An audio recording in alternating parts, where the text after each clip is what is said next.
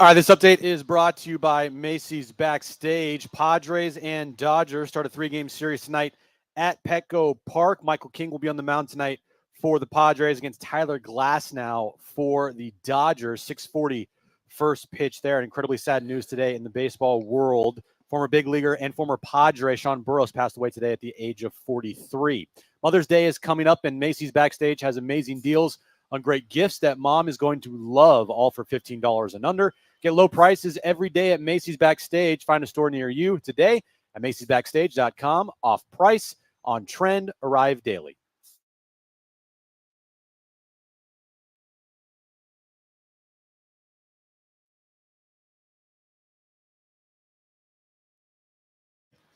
All right, San Diego and Southern California, what's going on? It is hour one of Jon and Jim. We are downtown as we get you ready for Padres and Dodgers, the renewal of a season series coming up tonight at 6:40. And Kevin Acee, our Padres insider, will join us coming up at 5 p.m. Now, we've talked about this throughout the course of the last 24 hours. We do have these Wonderfront tickets we're giving away.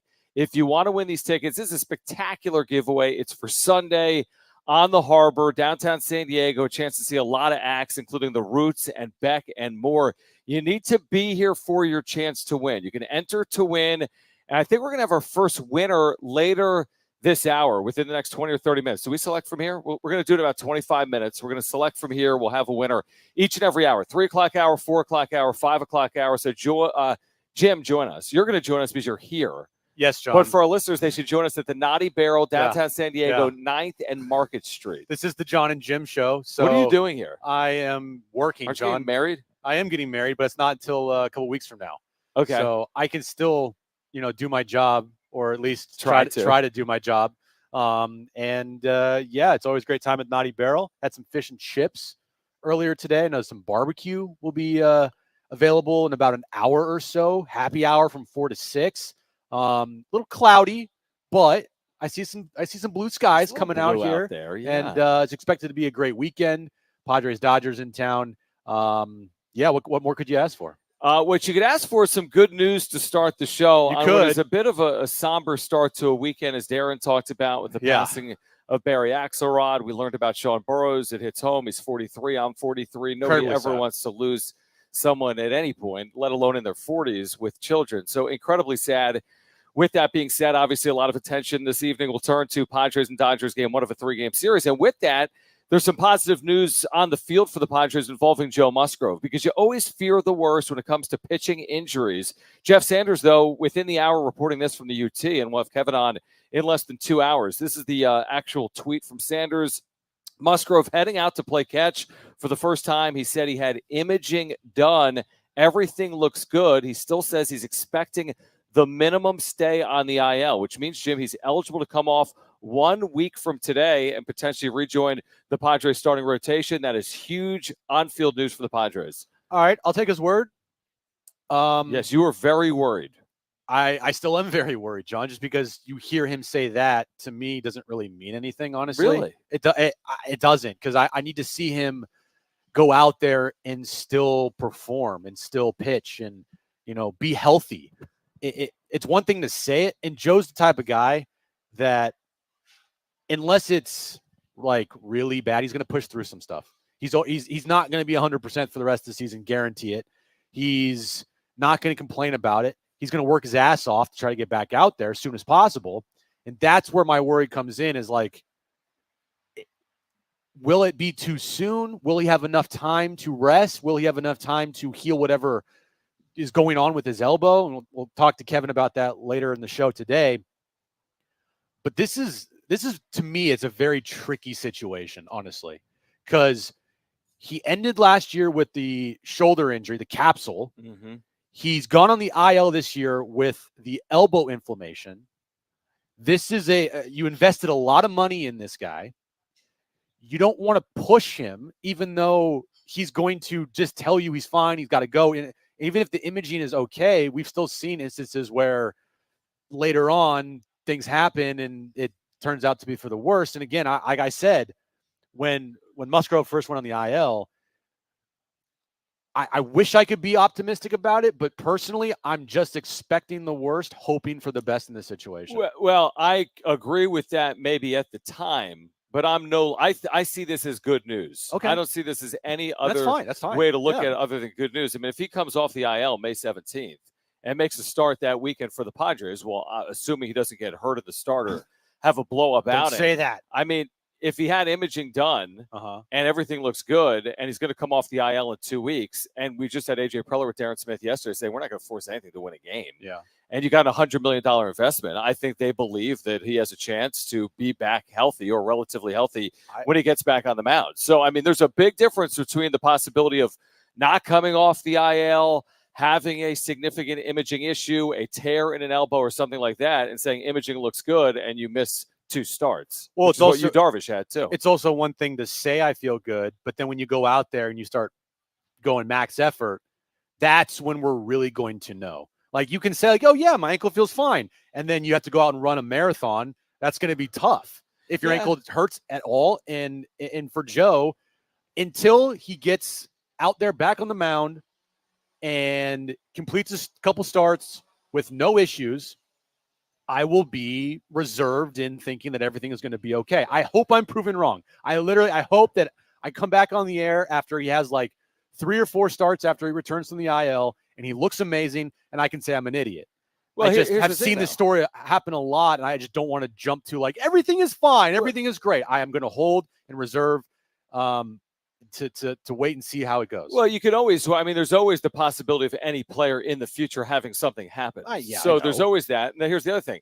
He's not coming off an injury this year as far as we know. His last start he made, he didn't leave due to injury. In fact, it was his best start. He threw 100 pitches. He went 6 effective innings. He struck out 9. This is his best start of the year. The only thing they did was limit him from making his next start as a precautionary reason is what they told us. So it's not like he's coming off an injury that sidelined him. We didn't see an injury occur on the field. In fact, he's coming off his best outing of the year, isn't he? I am just going to be cautious. I read it from Jeff Sanders there. That sounds great. It's great. I got to see it. I've seen too many times where, oh yeah, you went out and had a bullpen. He's popping the mitt. Looks good. Goes out there, blows his arm out. And you said it. That's the last thing that I want to see happen to Joe. And I want everything what they do with him to be extra, extra, extra cautious. So you're saying, okay, so what would make you feel better then? If he didn't come off the IL May 17th? No, that would make me feel good.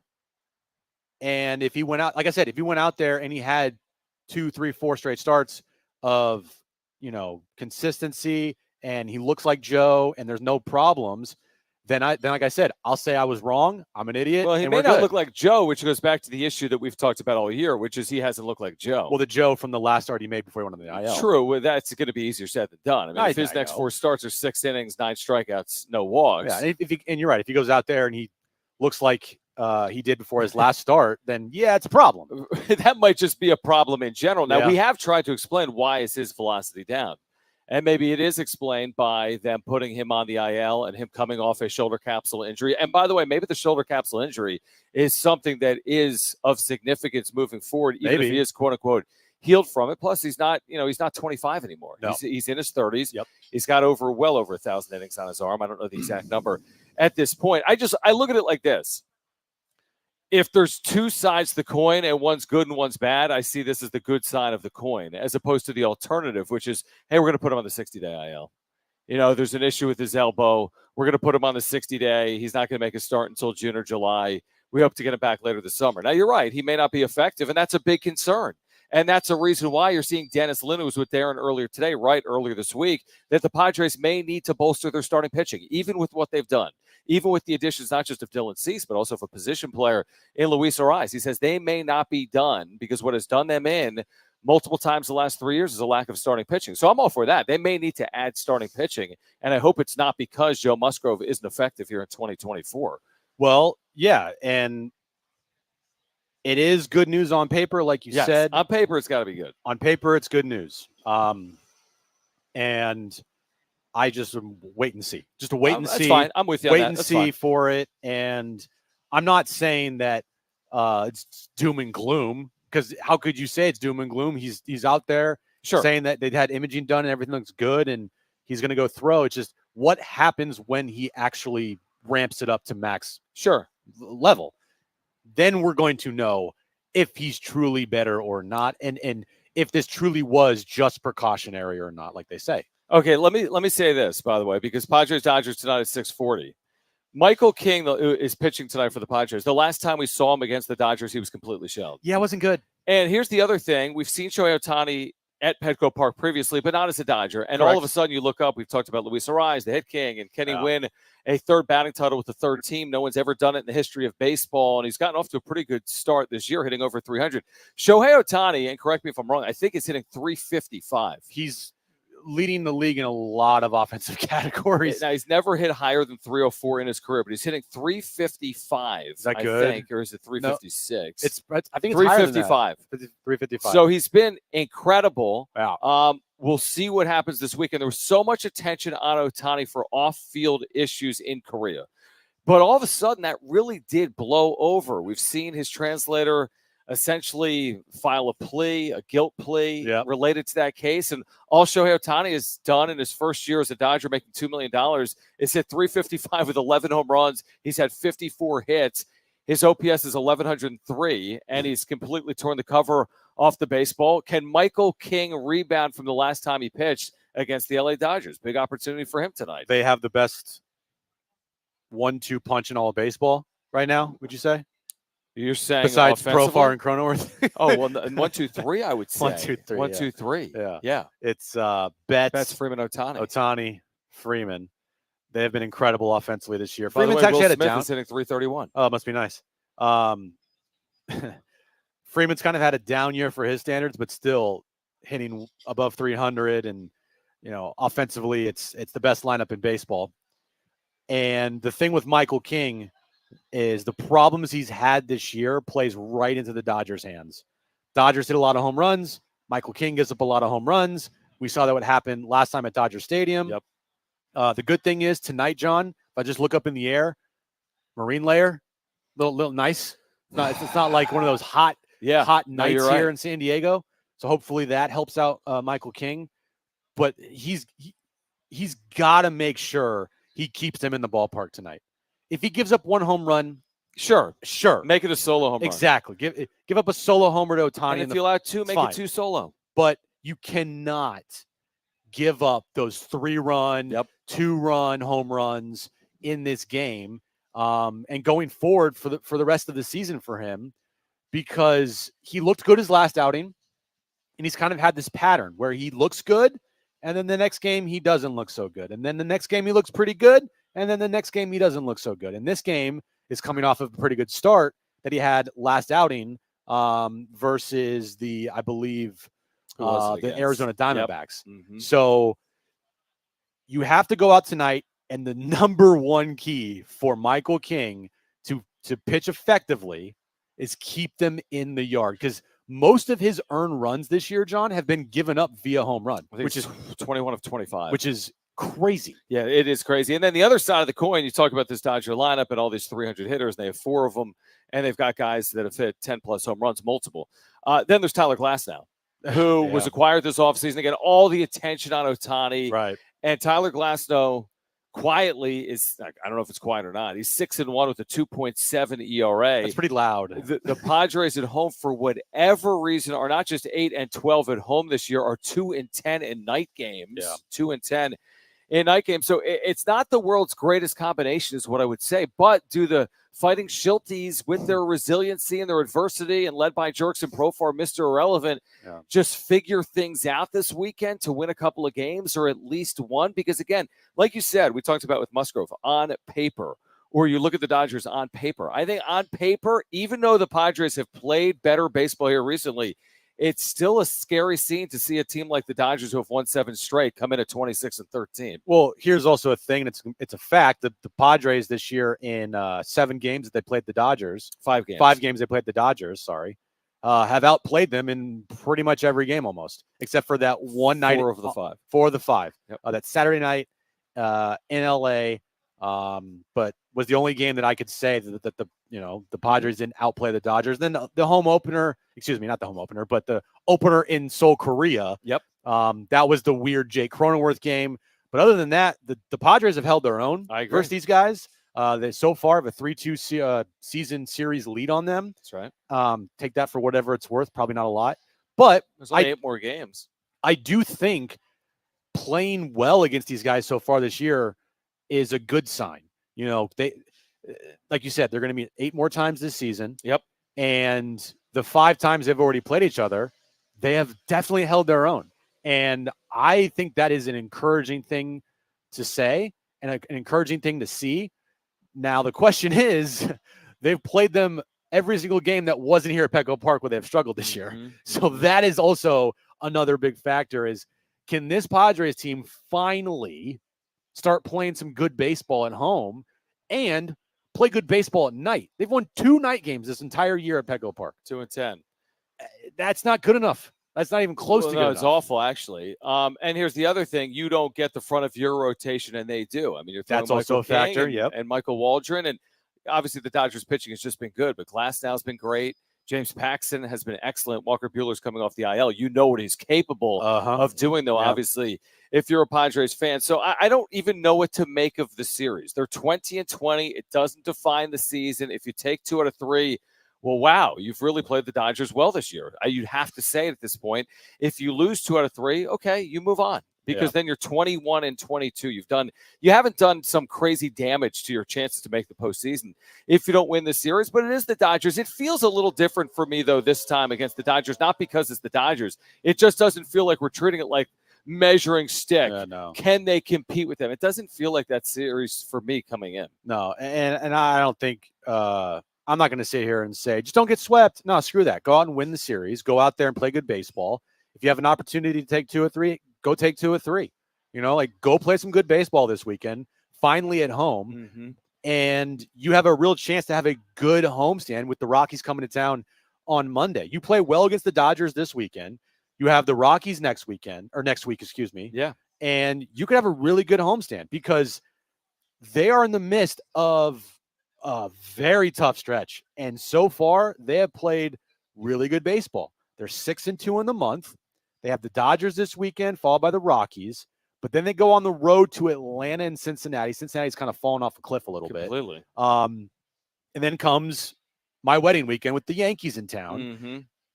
And so from this moment till that weekend versus the Yankees, you're going to be playing some pretty damn good teams. No doubt about it. All right. So again, we have Padres, Dodgers coming up. One of our fans. At 6:40 tonight. Yeah, you can follow us on social media, by the way, at Jon Schaefer, at Jim Russell SD. Also, you can find us on YouTube or on the free iHeartRadio app. So what's the deal, Manny? I'm looking at Manny, who's engineering for us, Manny Valencia. I'm looking at our promo team. What's the deal with the Wonderfront tickets? I'm asking that on air, which probably isn't the way to do it. Now, we have a pair of tickets we're giving away each and every hour. Basically, what you need to do is if you want some Wonderfront tickets, you need to go to our promo team, get a ticket. Okay. We have a bowl here of a bunch of tickets, and every hour, once an hour, we'll be grabbing a random ticket to announce the winner. Want to do it right now? Yeah, I want to do the first winner. Again, we'll have a winner in the 4 and 5 o'clock hour as well. Our winner here in the 3 o'clock hour is,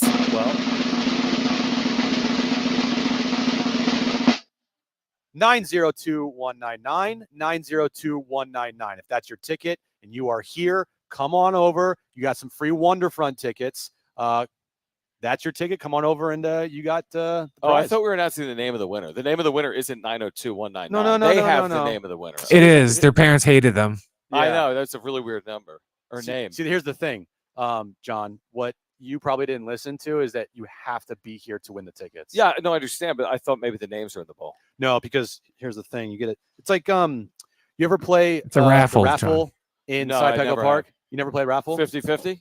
No, not 50-50. Like they give you a raffle ticket, and then once they give you a raffle ticket, there's also a duplicate ticket that they have. So you then match them up, and then you win. Yeah. Okay, 902-199. You are going to Wonderfront. That'll be Sunday. So, again, your chance to win Wonderfront tickets this hour. We just gave them away. We'll give them away again in the 4 o'clock hour and in the 5 o'clock hour. Make your way to the Naughty Barrel. We are downtown, 2 blocks from Petco Park, 9th and Market. Great spot. I'm drinking kombucha. They've got every beer you could possibly imagine. Jim had fish and chips earlier, fries. The food is great. The drinks are great. We've been coming here on Fridays when the Padres are at home, and we'll continue to do that all season long. I think I'm gonna have some barbecue starting at 4. Oh, you really? You're going from fish and chips, fries to barbecue? I'm going. Are you bulking up for the wedding? Not really. Have you already been fitted for your suit? I have, yeah. So I gotta stay this weight, this you kind style. of the same weight. I don't just really. Randomly, like, I fluctuate. Like I don't like gain a lot of weight. I don't lose a lot of weight. Right. It's very like right at 180. Like that's it. No, I don't go like till the 195. I don't drop to like 160. I'm just at 180. Boom. By the way, Kristen had a question about the wedding attire. Okay. That could be very controversial if I talk about it right now on air, and I will, because she was looking through the like online invite or something. Yeah. And she's like, where's the attire? Where's the attire? And then she went to like the FAQ. Who has an FAQ for their wedding? Jim does. And under the FAQ, I forget what it was called. It was like moderate, semi-formal or something attire, or like moderate formal attire. Okay. And Kristen, who worked in fashion for the first half of her career, literally in New York City, it's like, I've never heard of that. Okay. Here's the thing, John. You are wearing a tux, correct? Correct. All right. So she has to match that? So she would wear, you're saying she would wear a black tie? Yeah, have her wear a tux too. No, but she'd wear like she's getting married, like a wedding gown. You don't have to wear a wedding gown. You can wear a dress. Like, does she own a dress? Of course she does. Okay, cool. Tell her to wear a dress that complements your suit. Okay. Pretty simple. What if I wasn't in the wedding party, then I was a guest at the wedding? Then I would say the same thing. Whatever suit you wear, she can pick out a dress that she likes, and that's it. I'm not just because you're wearing a tux, she doesn't have to dress like Aaron's going to be dressing or the bridesmaids. No, you don't outdress. I know you don't, but that's what I think. You're like, what is? No, what did she wear? It was the term on the website for the attire. We hadn't heard of. You know what? You're gonna text Aaron. I'm not gonna take credit for that one because I haven't done anything with the website. So that shocks me. That really surprised me. So for me, I don't even really know what you're talking about. To be honest, I have zero clue actually what you are talking about. Just wear it's a formal wedding. He's so mad. Formal wedding. Formal wedding. All right. On the other side, the top reliever in baseball could be on the market this summer. Should the Padres go after him, what would it take to acquire him? Plus, later this hour, how do you fix Xander Bogaerts? We're downtown. Naughty Barrel, Padres and Dodgers coming up at 6:40. Stay with us on Jon and Jim.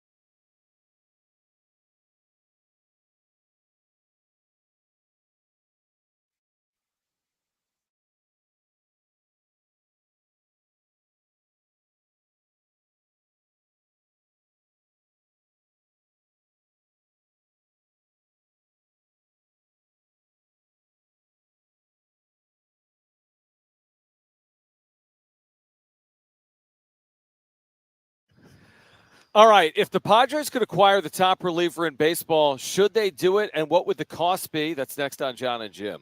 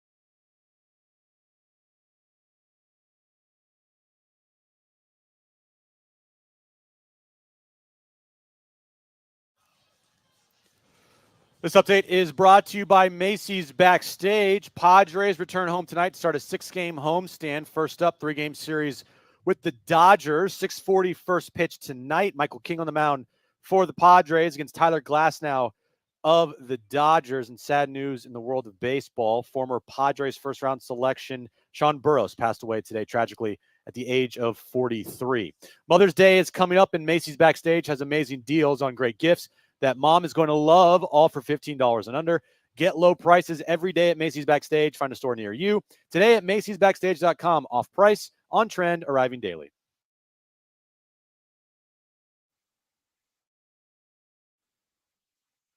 760 has chances for you to win bonus bucks. Yep, $1,000 every day this week. Listen for the keyword and enter it at sportsSD.com. You need to get to the Naughty Barrel. We are downtown. It is overcast. First pitch, Padres Dodgers at 6:40. We're at 9th and Market. Your chance to win Wonderfront tickets in the 4 and 5 o'clock hours. You need to be here. Join us. We have Sunday tickets to give away for Wonderfront right here on Jon and Jim. Now, we had a winner in hour one. Am I allowed to say the winner's name on the air, Jim? Why are you looking at me? Because you have very strong opinions on what I'm supposed to do here. The winner is Colin. Colin, there congratulations. You go. I didn't say it. To Wonderfront. Just you. So you will get tickets. Stay tuned, Colin. And again, come join us in the 4 and 5 o'clock hour. We'll give away more tickets for Wonderfront. Okay, so Mason Miller, if you don't know the name, learn it. Learn it because he's with the Oakland A's and he's really taken baseball by storm with his 1.1 ERA and his 55% strikeout rate. 55% of the batters he has faced. Is that good? He has struck out. He's been amazing. So Ken Rosenthal's writing about him. I mean, he's been out for 16 innings, Jim. He's thrown 16 innings. Ken Rosenthal writing this. A's closer Mason Miller drawing trade interest, but the asking price is steep. I mean, why are the A's even trading him? But we'll see if they do or not. And then this is what Ken writes from a Padres perspective. If the Padres wanted Mason Miller at this early stage, the A's likely would ask for rookie center fielder Jackson Merrill. Jim, your thoughts on that? Merrill for Mason Miller right now? Absolutely that makes not. No sense. 0.0% chance I would do that deal. His stats are crazy.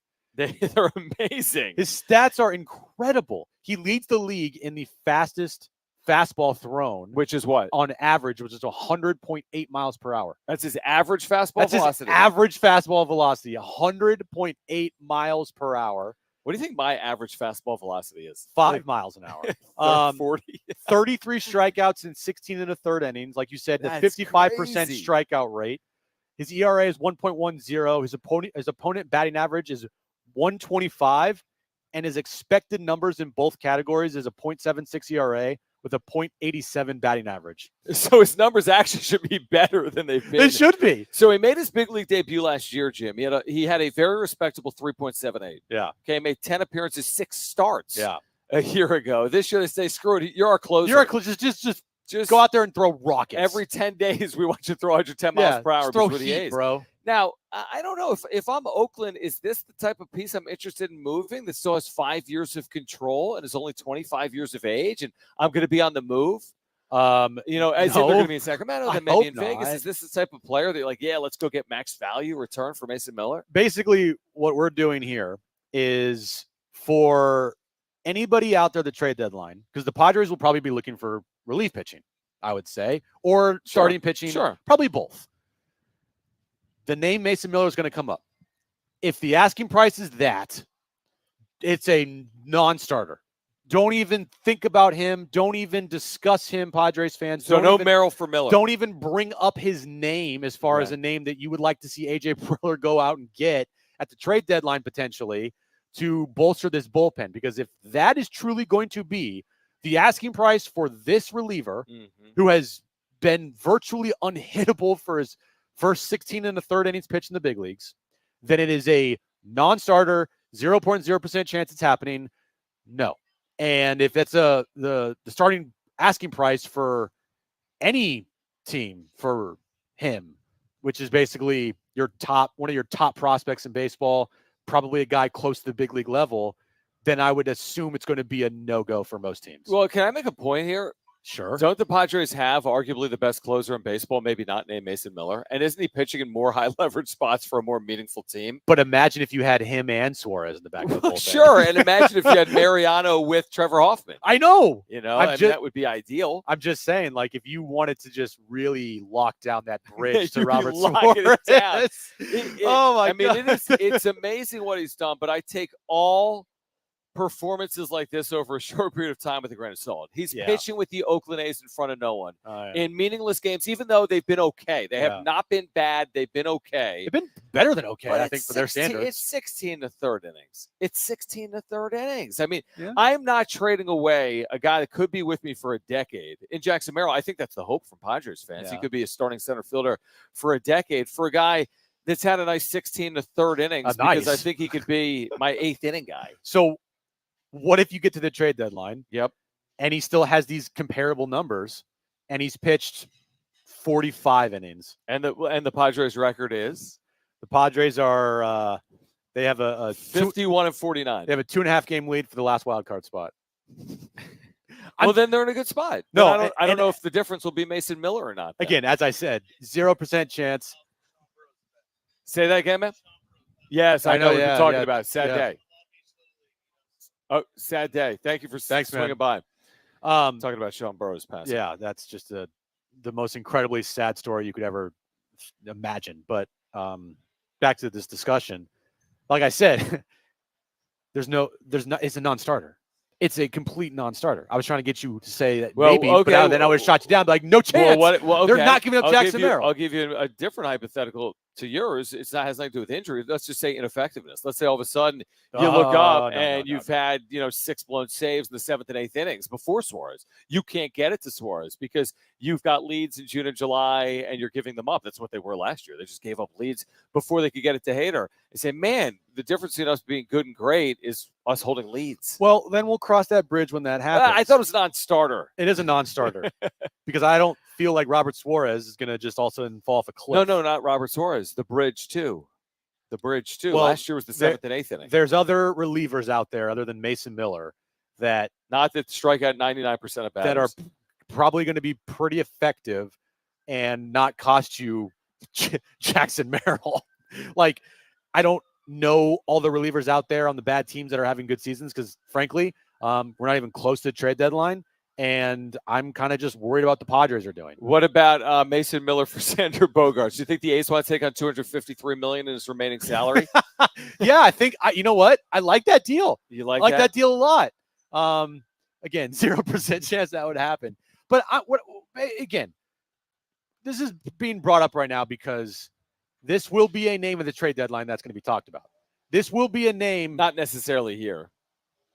Dude. No, not necessarily here because of what you just said. If Suarez is the reliever that he's been, you're telling me the Padres are a couple of games over 500. There will be, I guarantee it, some Padres fans out there at the deadline, if the bridge to Suarez is still shaky like it is right now, that are going to be looking at the Oakland A's and saying, screw it, just go get Mason Miller.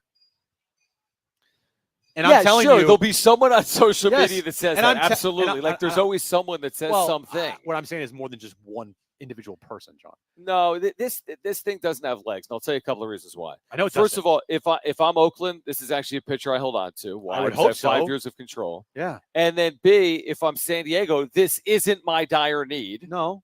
And then C, if I'm San Diego, my first order of business is not moving my 20-year-old center fielder that we believe projects to be the next name a good center fielder in baseball history. Well, the thing with AJ Preller is he always likes to go big. That's a pretty big name right there if he's at the deadline and he's still doing what he's doing. Mm-hmm. So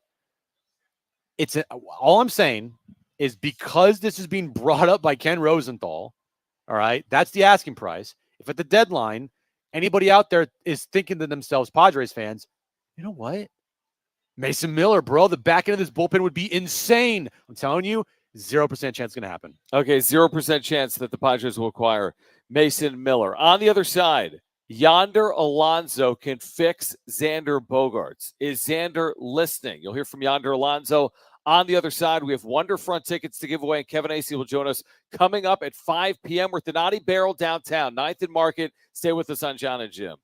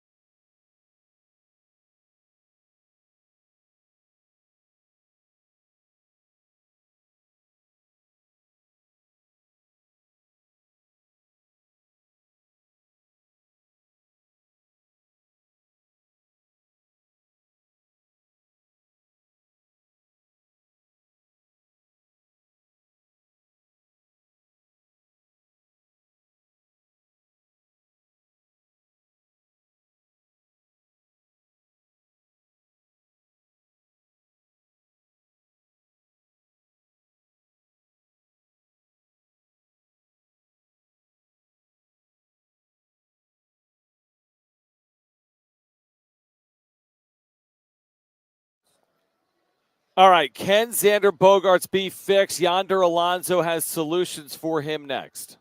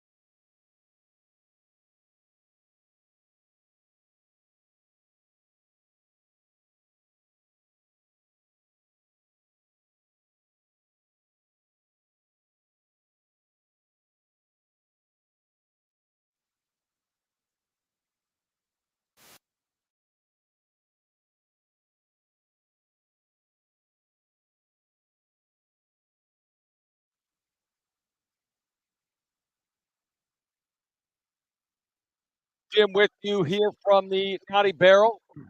9th and Market. I'm eating fries. Yeah, I Jim see that. fries at the break. Yeah, they're really good. They are very good. You need to get here. We have wonderful tickets we're giving away for Sunday show here in San Diego. You can see Beck. You can see the Roots and many more acts. The Wonderfront Festival down here in San Diego. We have tickets to give away. You need to be here at the Naughty Barrel. We'll give away tickets coming up at the 4 o'clock hour, also in the 5 o'clock hour as well. We have the wrap coming up. Kevin Acee will join us at 5 p.m. So what did you find here on the internet, Jim, related to how to fix Xander Bogaerts? Well, yesterday, it was Tony's birthday, Tony Gwynn. Correct. And on MLB Network, they did a lot of stuff for Tony. Okay. Like usually, on MLB Network, they do like live look-ins to like ballparks. Well, they actually did something cool. They did a quote like live look-in for Tony's 3,000 hit versus the Expos in Montreal. Very cool. And they played it like it was that's awesome. like a live look-in, and they played his entire at bat, and they commented on it, and then they were telling some stories and talking about how great Tony was, and all of his crazy stats, which are crazy, right? And Yonder Alonso had a incredible story about his rookie year when he was on the Padres, and listening to it, I couldn't help but think of Xander Bogaerts. This is what Yonder had to say about Tony and helping him get through his slump in his rookie year. Had a moment in your young career that Tony Gwynn really impacted your future? Yeah, we had a bunch of moments. I mean, just like that picture right there. I mean, a lot of talks that we had during the batting practice days, but the one that really sticks out to me was at Dodger Stadium. I'm a rookie. I'm first time going to that stadium. I'm 2 for 28. And at the time, he was doing the play-by-play. After the game, he's waiting for me in my locker, and he says, meet me tomorrow at 11 in the morning. We had another 7 o'clock game. 11 in the morning. Call my dad and tell him, hey, Tony wants to talk to me. He says, well, the only one that can fix your swing is Tony. So hopefully he's got something to say. I get there at 11 in the morning. He's already there with a bat and batting gloves. And he says to me, let's go to the dugout. I go to the dugout. I get dressed. I'm with my bat, my batting glove. He takes me to the home plate. And he says to me, nobody in this stadium today, 55,000 people, are going to know this. I need you to go again 0 for 4. What's the difference? I need you to go 0 for 4 again. Nobody's going to know, but you're going to do it the right way.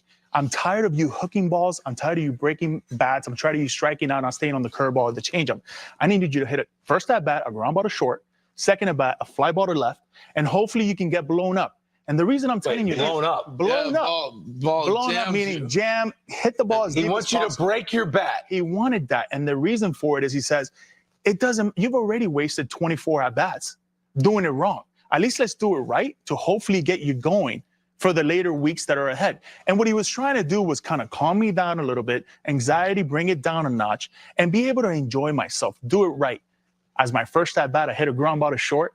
I look up to the skybox, and he's waving his hands. He goes, yes, yes. And I'm so pumped because I just hit a ground ball to shortstop, and I'm so happy. I didn't get a hit, but I'm so happy I did what he wanted me to do. Next at bat, I hit a fly ball to left. He's going up like this. He's like, you're right on it. You're right on it.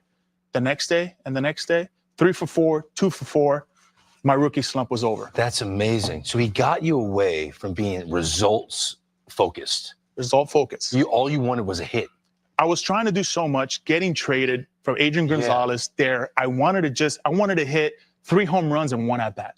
And that's what he was trying to do. He was trying to tell me, it's a long season. That ain't going to happen. You need to hit the ball the other way. You need to do it right. And then you need to make some adjustments. That's the only way you're going to do it.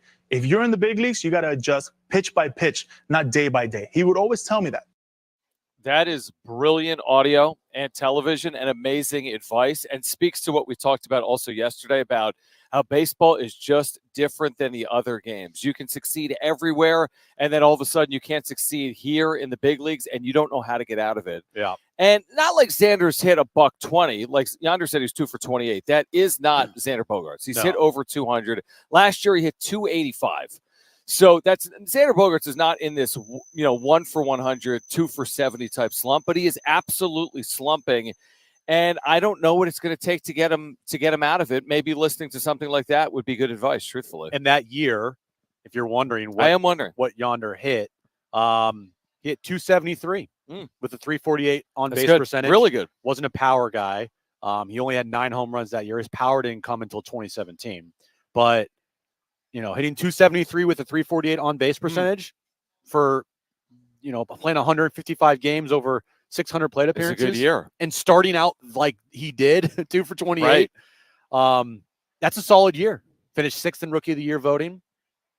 I just couldn't help but think of Xander when listening to that. No, that's a great point. It is. Because after reading what Kevin wrote the other day and pretty much kind of seeing how disheveled Xander's been about these results, and it's in his head. It's in his head, and he's doing all the right things outside of the field. But when comes time to game time, he just reverts back to his old bad habits, and it's like listening to that from Yonder.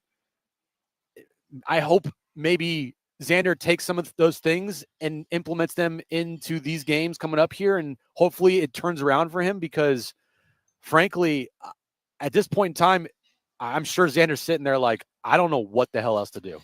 Even I would say this, and we've been critical of Xander Bogaerts, and I'm kind of on Team AJ Preller here. He's too good of a hitter to do this all year, is my guess. I don't think he's a 213 hitter. He's never, ever, ever, ever been this hitter for a season or nowhere close. He's a career 291 hitter coming into the year. Right. 291. He should not be hitting anywhere near 213 with a 560 OPS. Now, if there's an injury, it's all a possibility, and the wrist was an issue a year ago. If he's damaged, and if there are damaged goods here moving forward, that's a completely different conversation. But if this is solely between the ears, I trust that he will find his way out of it. They could use it sooner rather than later, truthfully. You know, as Xander said there, what Tony told him, like, stop thinking about results. Right. Think about doing it the right way. Because if you're just sitting there like, I need to get a base hit, or I need to hit a double, or I need to start hitting for power, then you're pretty much lost, which is exactly what Xander's right now. You should try to hit 2 home runs every at bat. Yeah, exactly. That'll go well. All right, on the other side, we'll have the wrap for you. Also, in the next 30 minutes, please join us here from the Naughty Barrel at 9th and Market. We will give away more Wonderfront Festival tickets for Sunday. We'll give those away in the 4 o'clock hour in 30 minutes at 4:25. You need to be here to win. We'll give away more tickets for Wonderfront at 5:25 as well. And Kevin Acee joins us at 5. Hour 2 of Jon and Jim. That comes your way next.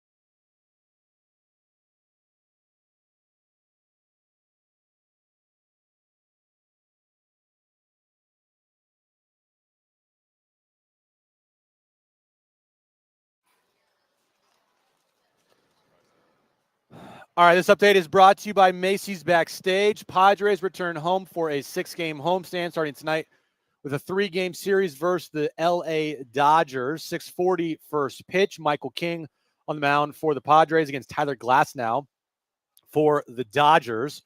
And sad news in the baseball world today. Sean Burroughs, former Padres first-round pick, played with the Padres for multiple years here in San Diego, tragically passed away today at the age of 43.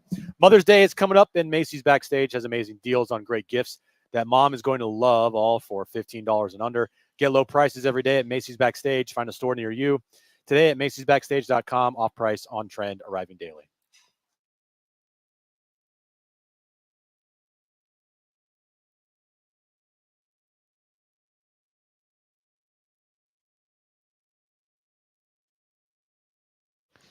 All right, San Diego and Southern California, what's going on? Hour 2, Jon and Jim. We're an hour away from Kevin Acee joining us, our Padres insider. The latest on Joe Musgrove's health, as he can come off the IL a week from today. Also, he'll get us ready for Padres and Dodgers. We are at the Naughty Barrel, which is downtown. We're about 2 blocks from Petco Park. We'd love for you to join us. We're at 9th and Market, and we will give away Wonderfront tickets for Sunday at 4:25. You need to be here to win. So come by. We'll give away Wonderfront tickets in 25 minutes. We'll do the same thing again at 5:25, and we're with you until 6 p.m. Even if you don't have tickets, this is a great spot to watch tonight's Padres-Dodgers game and kick off your weekend. Yeah, this place will definitely fill up here in the next hour or so. Barbecue is now open. So when we say barbecue, what are we talking about? Well, John, we're talking about some brisket, some turkey, some really good macaroni salad, some really good potato salad. They have. Let me just pull. You want me to just pull the menu? Please. Hold on. I would love for you. Okay, let me just see here. Boom. All right, pull that up. So, you got smoked turkey. You have smoked brisket. You can do a 50-50 plate. They have the black-eyed peas and collard greens. They got the potato salad, the macaroni salad. It's delicious. And if you don't want barbecue, well, guess what? Happy hours here from 4 to 6 p.m. We'll be here till 6 p.m. And just come on by, say hi, and enter to win some Wonderfront tickets. Or if you want, we got some Jon and Jim stickers we're giving out as well. So just come on by, have a beer, and get ready for some Padres baseball. Not an exaggeration. They have dozens of beers available on over tap. 100 selections total. Okay, over 100 selections. They have kombucha. They have beer. They have great food. They have fish and chips. They really have everything you could possibly imagine. So make sure to get here. We'll be here until 6 p.m. Kevin Acee will join us again in about 55 minutes or so. I think, we've touched on tonight's game, obviously, and we'll get to the wrap coming up in a moment. And we talked about how Michael King will make the start here tonight for the Padres. It feels like for King, a shot a little bit at redemption, considering the way he pitched against the Dodgers. I don't have the line in front of me, but it was bad, right? Was it 4 home runs allowed at Dodger Stadium? Yeah, I think there might have been an error in there, so all of them didn't count. But well, they counted. Well, they weren't earned, maybe. What I mean, you know what I mean? Like they weren't earned. I think they were just. Okay, here's the line. Okay. 5 innings. Yeah. 6 hits, 7 runs, 4 home runs. 4 of the 7 runs earned. Good point. Yeah. In terms of earned runs, but 4 home runs in 5 innings. That has been the issue. You touched on this earlier. Here's a guy that last year in 100 innings allowed 10 home runs, 104. Mm-hmm. This year in 42 innings has allowed 10 home runs. So 2.5 times more home runs this year than he did last year with the New York Yankees. And like you said earlier, whether it's the Dodgers or not, that just cannot continue because, I mean, we're not even in the middle of May. Yeah. And he's allowed 10 home runs. It's a big number. It's a huge number. That has to stop. Again, if he allows a solo home run tonight, you're fine. But you can't be giving up the two-run home runs, 3-run home runs. It would be nice if he went on a little streak here where he just stopped giving up home runs. That would be good too. Because 21 of his 25 earned runs this year have been, I think it's that. They've been via the home run. Higher or lower? If you're playing a higher or lower game tonight with Michael King and the number is 1.5 home runs, what are you taking? I mean, as in what's going to happen? Not what are you hoping? You're hoping he doesn't allow a home run. Well, yeah. But I mean, you got a lineup that's got power everywhere. I'll just say I'm expecting him to at least give up a home run tonight. Right. But I'm going to I'm going to trust Michael King and Yes. say that he's not going to have a same or similar outing to his last time when he faced I'm with the Dodgers. you. Yeah, I'm with you on that. I think you're right. I'm fine with him allowing one. If it's a solo home run, even if it's a 2-run home run, and that's a majority of the damage, if he goes 6 innings, 3 runs, and allows 1 2-run home run, kidding me? Then that's a really good outing against the LA Dodgers. You've given your offense a chance to win. So I'm with you. You can live with one. I think anything more than one, all of a sudden you're saying, this is a problem. I know it's the Dodgers, but this is a problem. You can't be allowing multiple home runs every outing. So, again, Kevin will join us coming up at 5 p.m. Wonderfront tickets. Make sure to get here. We'll give some away coming up in about 15 or 20 minutes. What do you have? Well, I wanted to continue this discussion just real quick because against Shota Imanaga on Tuesday, who's been one of the best pitchers in baseball. Yeah. You said they beat this frontline starter tonight. I am all in. They face another frontline starter, maybe even better. Yep. Maybe not, I don't know. Yeah. Not his ERA, but his stuff is, I would say, better than Shota Imanaga's. If they beat Tyler Glass now tonight, are you have the same mindset like you were on Tuesday? If they win 2 of 3. So only 2 of 3? What do you mean? So they don't have to win 3 of 3. No. What I mean is like your benchmark for I'm all in because you were trying to go all in on Tuesday is they have to win 2 or 3 versus the Dodgers here at Petco. That's correct. Although you're right, I should want one against a frontline starter. Arguably, they'll see multiple frontline starters this week. But so Tyler Glass now is their ace.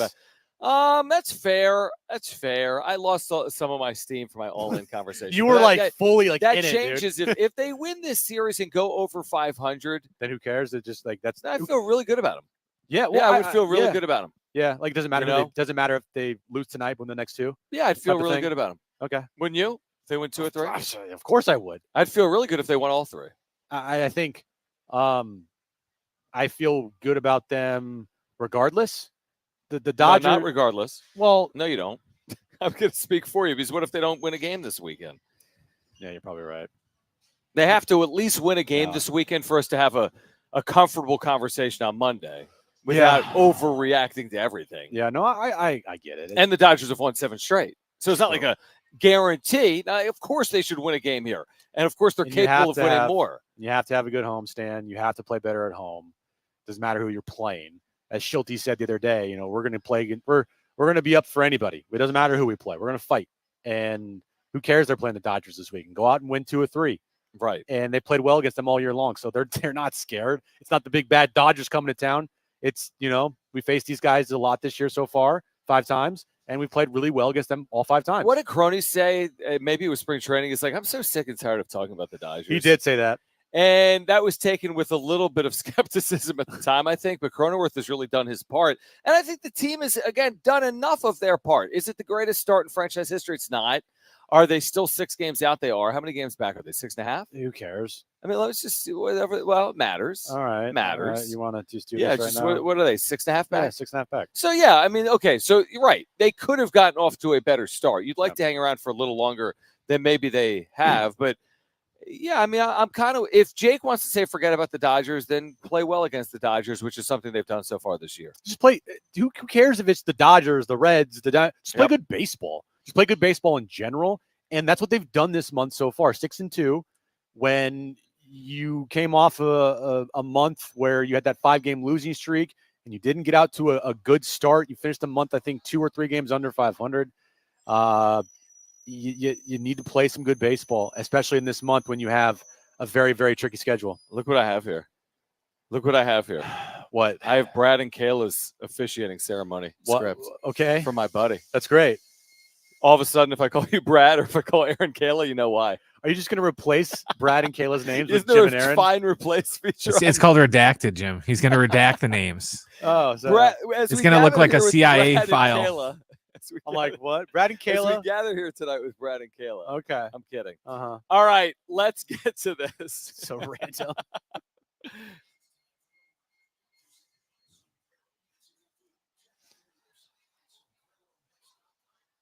Is this a must-win for the Padres? Ooh, no. Must-win game or series? Series. No. Must-win series. No.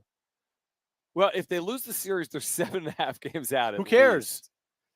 Are you expecting them to win the division this year? I'm just telling you. Or are you expecting them to make the postseason? I'm expecting them to vie for a wild card spot. I'm not expecting them to vie for the division.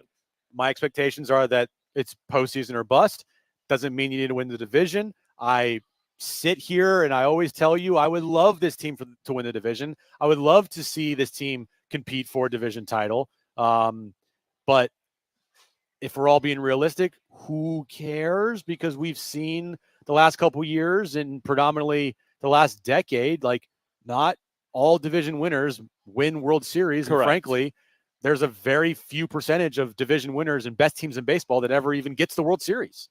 With all that being said, I do think it's a must-win series. Here's why. I'm kidding. No, I mean, as I've sung the tune now for years, that the division is, in my opinion, overrated. And I think there are a number of people that probably feel the same way at this point. It's just hard when you're in the NL West and the Dodgers fall out of bed at 100 wins, and the most wins in franchise history for the Padres is 98. Would we love to see it? Yes. It would be an amazing summer if the Padres somehow put together a magical season, whether it's now or in the future, where they're capable of winning something like 100 games. That would be terrific. Yeah. I don't know if that's this team or not at 20-20. So, of course, it's not a must-win series. I'm okay, honestly, with whatever occurs, assuming they don't get swept. Because if you get swept, then you start opening up the can of worms of what's wrong. Why can't they win at home? Well, they're so far back in the, like everything's going wrong if you get swept. I'll say this right now. The best cure for getting swept is facing the Colorado Rockies the next series. Yeah, it's true. So even if they did, then guess what? They shouldn't. They shouldn't either. But guess what? You are facing a team that if you're real here, it's the worst team in the National League, along with the Marlins. You're right. Next question. What happened the last time they played the Rockies, though? You know what, Brett? We're not going to talk about that. We're just going to look forward. Yeah, we're going to pretend like that didn't happen. Yeah, we're going to pretend like the 8th inning just They won ended. all 4 games, I think, Brett. Right. They won 3 According to the wrap-up rundown, rundown, they did. All right, guys. Toronto is getting a WNBA team. Would you like to see a WNBA team come to San Diego? That's a very good question, Brett. It's a very good question. Who wrote that? I did. Oh, cool. Yeah, I would like to see more pro teams come to San Diego. Now, give me three. Give me 3 leagues you'd like to see outside of the Big Four. Outside the Big Four? So WNBA. Well, outside the Big Four, it's WNBA. MLS is already coming here. You got NWSL. NWSL. And so there's nothing. Okay, so all you're looking for outside of the Big Four that you would sign up for right now would be what you're lacking outside the Big Four is WNBA. Well, that's the only other. There's probably other leagues. Like what? I don't know. Like hockey. No, hockey's that's the Big Four. Like darts. No. Bowling. No. Okay. Sorry. So you do want a WNBA team, though? Look what Caitlin Clark is going to do for Indiana. Now she's a one of one. There's no other Caitlin Clarks out there. I get that. But then again, you play those two. You play them. Exactly. Yeah. It's like LeBron's coming to town. Yeah. And look what she's going to be doing and what she's already doing for the Indiana Fever in Indiana. Like Colin today has said that he believes, and I frankly wouldn't. I mean, it's the NBA against the WNBA, but he thinks that the WNBA, the Indiana Fever, are going to outdraw the Indiana Pacers next year. I don't know if that's going to happen because like the arena size and like the tickets. Do they play sold, the same arena? I don't know if they do or not. Okay. Well, but it'd be hard they're going to draw a lot of interest. Is my point. That's a Colin hot take because their tickets probably cost half as much as the Pacer tickets. So actually, no, they cost more, Brett. They cost more than Indiana. No, I mean face value, not like scalper wise, because they're face hot value. at the moment. Are they really? Online, they're like less games. Yeah. Well, here's what I would say. I do think it would be very successful in San Diego, a lot like the San Diego Wave have been in the NWSL. You know, the issue in San Diego is a building. I think you could realistically land a WNBA team in San Diego. I think it's very realistic, but it's unrealistic until someone resolves the arena issue in the Midway District. Could you play somewhere like Viejas Arena? Maybe that's a possibility. So I don't see it as impossible, but I see it as unlikely until we get the arena situation in the Midway District resolved. So in like 40 years? Yeah, I think at some point in the next 100 to 200 years, it's a possibility. Yeah. Next question. Should the Timberwolves be considered the favorites to win the NBA title now? With the Celtics getting kind of run out of the building, handled the other night at home to the Cavs, the team that I said had no shot to win the NBA title. Right. Well, they still don't. Let's be honest. No, I get it. That's a good point. Right, but I think I even said they didn't have a shot to beat the Celtics. Dude, the Timberwolves just like they're the best defensive team in all of basketball. Okay, they have a bona fide star in Anthony Edwards. They have a solid number 2 guy in Cat. So they have like Pippen and Jordan. You're saying? Ant is Jordan and Cat is Pippen. Did Karl-Anthony Towns' performance tonight remind you of Scottie Pippen because of what Anthony Edwards is doing? Brunson going off again remind you of Michael Jordan? Did you see Ant-Man finally came out and is just like, dude, can we just stop all the Jordan comparisons? It's ridiculous. I'm glad he said that. Well, they're running the Nuggets out of town. If they win that series, I see them winning a series versus either the Mavericks or the OKC Thunder.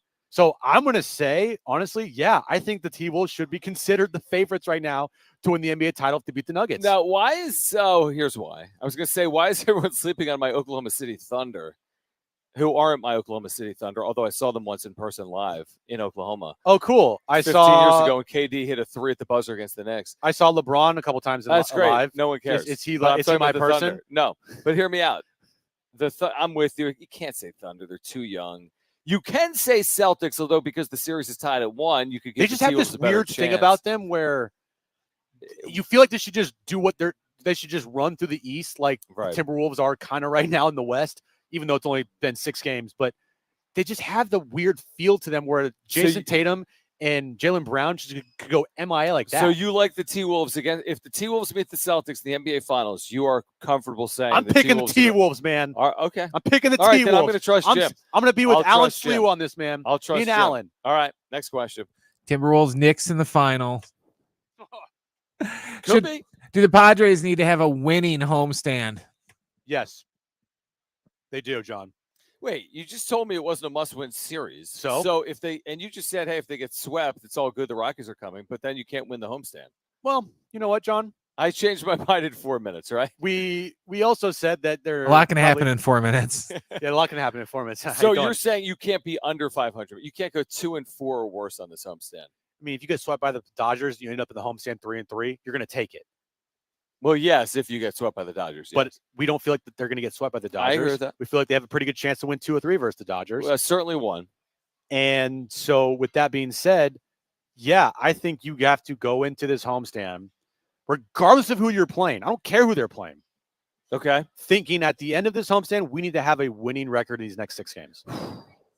Because, they have to play better at home. They can't continue to look like they have over the first month plus of the season at home and expect to be in contention for the postseason, because that puts so much pressure on you to play really, really good baseball on the road. And are they capable of it? Yeah, they are, because they just had a 4-2 road trip and they have a winning record on the road. But it's also kind of unrealistic and kind of a big ask to say, hey, you guys need to be really good on the road because you can't win and have a winning homestand or have winning records at home. Here's how I feel about it. They're 20-20. I think there's so much baseball in front of these teams, and with the additional wild card, I will stick to what I've said for a long time, which is hang around. The whole goal here is to avoid falling out of anything like contention. Yeah. And I think you can do that by hovering around 500. Maybe getting a couple of games over would be ideal, but you don't have to be 10 or 12 over, even though, again, you prefer it. You just can't be 10 or 12 under. So that's why I would say, again, if we're getting in the weeds here, because the way you wrote it, do they need to have a winning homestand? I'd say no. I would take 3-3 or better. Of course, we all want to see them play well at home. And at some point, they need to. They are 8-12 at home. And if they go 3-3 here, they're 11-15. Like, that's not a great 26-game stretch at home. Yeah. And that's a good portion of the schedule, like 1/3 of their home schedule. Again, I don't think it would be the worst thing in the world. I'd prefer better, of course, but I don't think it would be the worst thing in the world. But I agree with your overall sentiment, which is at some point they will need to play better at home than they have to this point. Well, they better be on their best this weekend, because you're facing a team that's won 7 in a row. Yeah, they're hot. They're clicking on all cylinders. That they had a series recently versus the Braves at home, and that was touted as like a potential playoff NLCS matchup. And guess what happened? Braves, got their ass kicked. So you got to be playing your best baseball. And it kind of unfortunate that, and this is how it works, just the scheduling, but you're facing the Dodgers with your number 4 starter and your number 5 starter. And then you Darvish is obviously back-to-back really good starts. Back-to-back really good starts, and that's a good thing on Sunday, but it's tough when you have Michael King and Matt Waldron versus Paxton and Glasnow. Yeah, no, that is true. I mean, listen, all results against the Dodgers, do they need to be taken with a grain of salt? I don't know if they do. Well, I mean, you're 3-2 against them this year. Exactly. So if they lose, are you saying it doesn't matter? No, but when I'm not win, saying it doesn't matter. I'm not. But I do know this: the Dodgers, all of a sudden, blink of an eye, 26-13, 667 baseball, 14 of their last 16, 14-2 in their last 16, 7 straight wins. At some point, we're going to look up. They might be 90-40. Okay, but they're pacing for 80-40. Could they be? You look up all of a sudden and they're 50 games over 500. They say, okay, yeah, we didn't play well that one series against the Dodgers, but guess what? Nor did the Braves or the Phillies or the rest of baseball. That's just at least something I think to consider. I'm not saying excuse this series before it starts. That's the last thing in the world you want to do. It's the last thing our boy Schulte is doing. I know that, but I'm just saying that. I don't know if it's house money. If you win the series, amazing. But if you lose the series, I'm not going to lose sleep over it. Basically, because the Dodgers beat up on everybody, so there's nothing new there. Right. And if the Padres win the series and play well against the Dodgers, which they have done all year long, then it means nothing as well, or it means something. I don't even know what you said, and I don't even know what I'm saying. There we go. But there's some people saying, let's go Padres. Yeah. So hopefully the Padres win this series. Hopefully the Padres never lose a series again. Ever again. Like in the history of the franchise. Okay, by the way, someone is making his Petco debut tonight. Can you guess who? We'll share that with you on the other side. Plus, an Aztec for Life will be playing this weekend as well. Not at Petco Park, I don't believe. Also, Kevin Acee will join us coming up at 5 p.m. You need to get to Market and 9th, or 9th and Market, here at the Naughty Barrel. We are giving away Wonderfront tickets. We'll do that in a couple of minutes for people that are here. We'll give away more tickets for Sunday in the 5 o'clock hour, right around 5:25, after our conversation with Kevin Acee. So this is the spot to be. Great food and drinks, barbecue, beer, kombucha, fries, Wonderfront tickets. We're about to pick a winner for the 4 o'clock hour with all the people that are here right now. Get here. We'll have another winner. Free pair of tickets coming up in the 5 o'clock hour as well. Again, Kevin Acee joins us at 5 p.m. Stay with us on Jon and Jim.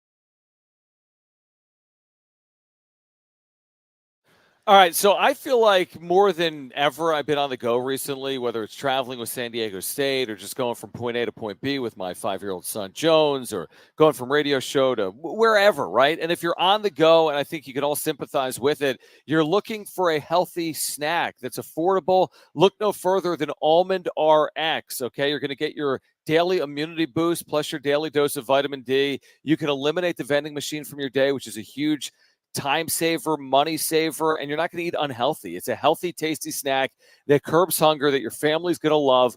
Almond RX is the first and only skinless almond fortified with vitamin D. It has your daily serving of 23 almonds, and it was founded by a San Diego sports medicine physician.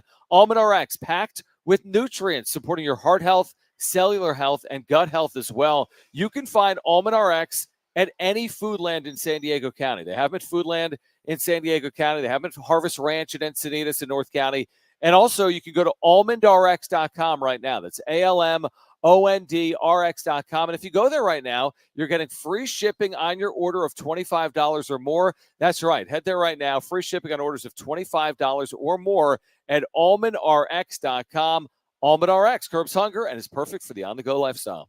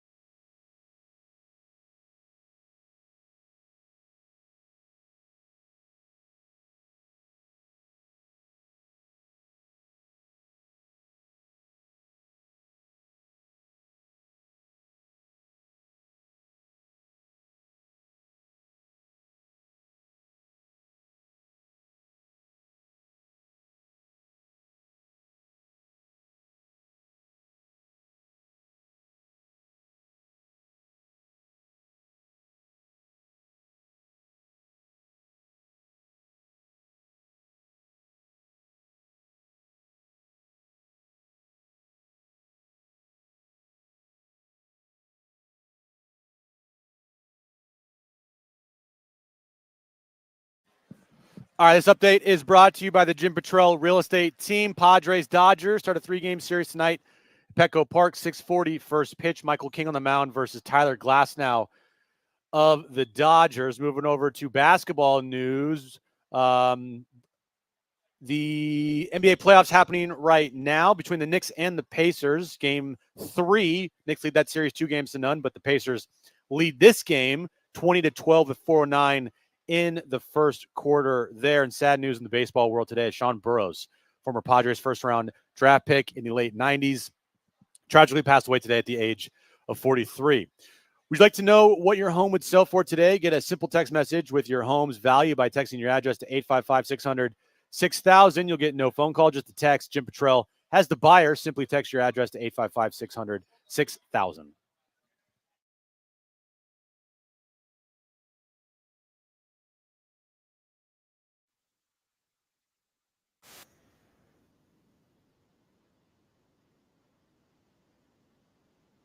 Tickets that we're giving away in the 5 o'clock hour. Please join us. We'll give away another pair of tickets coming up just after 5 p.m. around 5:20 or so. Kevin Acee will join us at 5 p.m. Our Padres Insider. Padres Dodgers game 1 tonight of a 3-game weekend series coming up at 6:40. Congratulations, by the way, to Adelie. You have won 2 tickets to Wonderfront Sunday right here downtown San Diego to see Beck, The Roots, and others.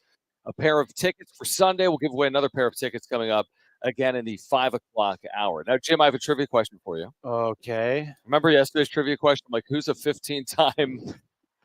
That was a really hard one to figure out, John. Mr. Padre. It took me when you told me his steals numbers, career steal numbers. That's how long it took you? Yeah. It should have taken you no time at all. It didn't. Okay. So today, I guess you make his Padres home debut. let me guess. Hold on. It's not Manny Machado. No, not Fernando Tatis Jr. Nope. Not It's Jake not. Cronenworth. Nope. Oh, I got it. Who? Luis Arise. That's correct. That is What correct. do I win? Luis Arise. You've won a pair of tickets to see Wonderfront. Oh, cool. No, Luis Arise will make his home debut. Here is a guy that is trying to become the first player ever to win a batting title with 3 teams. He's already done it. Obviously, with the pair, he's already won a batting title in each of the 2 leagues. We had a lengthy conversation about this, not to go cry over spilled milk or prove that we were right, but let's do it anyway. Okay. There was a lot of conversation about where do you bat Luis Arise? And he may not be ticketed as the leadoff hitter all season, every game. Maybe there'll be an example or 2 of him not batting in the leadoff spot. But what Mike Schilt has shown us is that he wants to bat Luis Arise as the leadoff guy. And Luis Arise has then said, that's my preference. Yeah. I'm a leadoff hitter. I want to lead off. And he is tonight. He's going to lead off. He's always going to be this team's leadoff hitter for however long he is in San Diego. When he has off days, then guess what? He won't be the leadoff hitter. Jerkson Profar will probably be bumped up to the leadoff spot. But as of right now, he is your leadoff hitter. Your 1, 2, 3, 4 in this lineup are locked. Mm-hmm. Lock it in. It will not change. It just won't. What about Profar? You're putting Profar wherever in the lineup he needs to be because he is producing wherever in the lineup he is being put. Mm-hmm. The only questions is about like Xander, and we've talked about that ad nauseum. But as of right now, I like that Jerkson Profar is hitting 5th behind Manny because he's actually producing.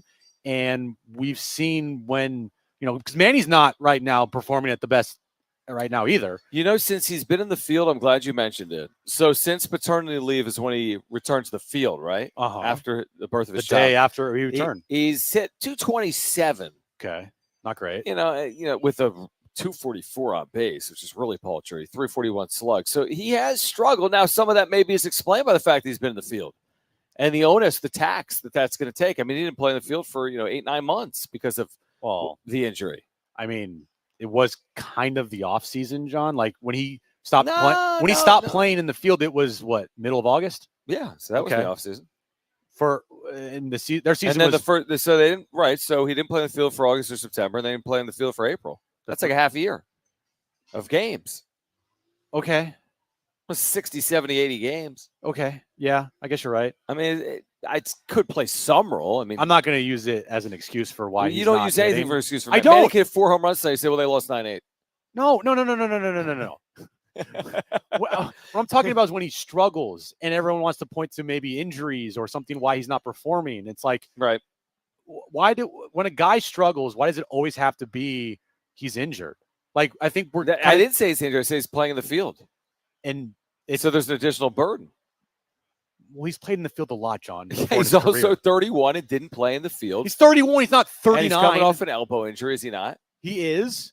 Okay. I am just sitting here saying that I am not going to use any excuses for Manny because he's not using any excuses for himself. And that's what it is for me. So in this lineup with Luis Ariz, who will be making his Petco debut tonight. A home debut. Home debut. I said Petco debut. You did. So that's home, that's home debut. No, it's not because he's played at Petco, so it's not his Petco debut. Petco debut with the Padres. Correct. 6 games here. You know he's hit? Here? Yeah. Over 300? Correct. 304. Yeah, pretty good. Yeah. Hit 304 for the year, you'll be okay. Yeah. Even though people expect better. Correct. I don't even know what I was saying. I have no idea what you're saying. I don't know. You asked what Manny has been doing. I said he's hitting 227 since returning to the field, which maybe there's maybe that's not a coincidence, or maybe it is. It's such a small sample size. How long has he been playing the field? 10 days? Yeah, about. So Arizona, first game, right? No, not Arizona. Arizona? Was it back? No, it was back here after the Rockies. It was after the Rockies series back here where they got swept at home by someone. By the Phillies. His first game back was the Phillies series. So it's been longer than 10 days. Yeah, 2 weeks. 2 weeks. Yep. Again, it's like since the start of last season, Manny's not performed. Manny's not produced. Xander this year is not producing, but their offense is still good. Luis Ariz, I think to me is a perfect fit. We talked about him early in the offseason. And I actually went back and listened to our conversation. And it's funny because we kind of were like spot on as far as this guy makes perfect sense. And he is the type of guy that you put in this lineup. It just makes everything better. And I think that's eventually over time for the rest of the season, you're going to start seeing more of that with Ariz hitting top of the lineup, followed by Tatis, which hopefully can get hot. Mm-hmm. Imagine if Tatis got hot. You would have a guy at the top of your lineup that hits 300, Tatis, and then Cronenworth, who's one of the best freaking first basemen in baseball this year. And then Manny Machado, who's Manny Machado. Like, and then Jurickson Profar is Jurickson Profar. Do you think we will see at any point this year or at any point that they have the top 4 guys in this lineup on this team, all 4 of them be hot at once? That is an excellent question. Okay, well, if you say, will that group of 4 have a 10-game stretch where they all hit, let's say, 350? 350? Between 300 and 350. Yeah. I think there'll be a 10-game stretch where those 4 hit 300. Yeah. And one of them maybe hits like 390. Like they just go above and one beyond. One of them will, definitely. I think it's possible. I think with this much time, with 120 games to play, that it is likely that there'll be a 10-game stretch where all 4 of those players hit. Yes. Frankly, John, I honestly can't remember a time where they all hit, where you had like the stars in this lineup all hitting at the same time. Didn't happen last year. I'd say first half of 2021 with Toddy and Manny. Yeah, Toddy and Manny. I think that's right. But because Toddy was red hot. Yeah. And I don't know about Manny's start in 2021. I think it was good. That's the way I remember it. Again, that's 3 years, I though. know. 2020, they were all producing during the COVID year. Yeah, I know. That's a long time, and that's that half a year. I mean, remember when Manny kind of carried the way the last month and a half, and Toddy was just, like, incredible for the first month? So, I mean, yeah, Manny's first half in 2021 had an 833 OPS. It's not like it's fine. It's fine. It's his average. And Toddy was definitely better. It's his career averages. Yeah, and Tatis is obviously better than that. But I'm thinking to myself, you have so much talent in this lineup. Right. We see it with the Dodgers right now. I mean, Betts and Ohtani. They're both hitting like 350. They're both hitting 350. Will Smith's hitting 331. It's like when can these guys do this? That's a great point. When can you see the Toddies and the Mannies and the Crone Zones and Luis Ariz, who just got here, to be fair? Toddy's first half 2021. Yeah, it's crazy. No, it's crazier than crazy. It was crazy. 1,020 OPS. He had 28 home runs in 72 starts. What? He had 60. He had 60 RBIs in 72 games. He had 28 home runs. Oh man. Like you said, can we get one guy doing that? We get one guy something like that, and then the other guys just be like, "Are we asking like for hot, too much? Like warm? Like can we have one guy being like nuclear and the other guys just being like really warm? Can we have nice things, please? Maybe one time." All right, Padres Dodgers coming up at 6:40. Kevin Acee, our Padres insider, will join us at 5 p.m. On the other side, if you're an Aztec fan, something to keep an eye on this weekend for Aztecs men's basketball fans. Plus, we'll give away Wonderfront tickets in the 5 o'clock hour. But something to keep an eye on for Aztec fans this weekend. Plus, Kevin Acee at 5 p.m. on Jon and Jim.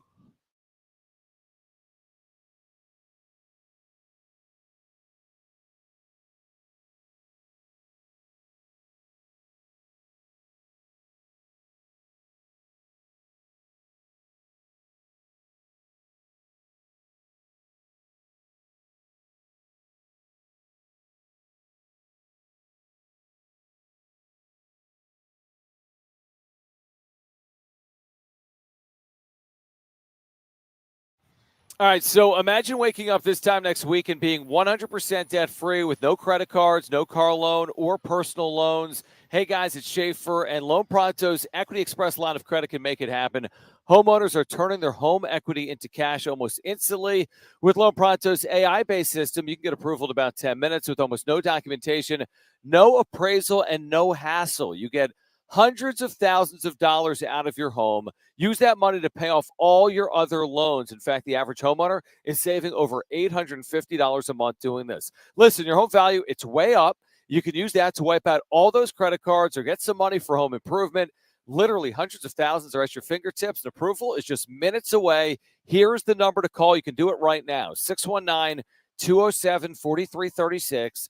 619-207-4336 or visit loanpronto.com. Again, 619-207-4336. NMLS 1661781, subject to lender approval, equal housing lender.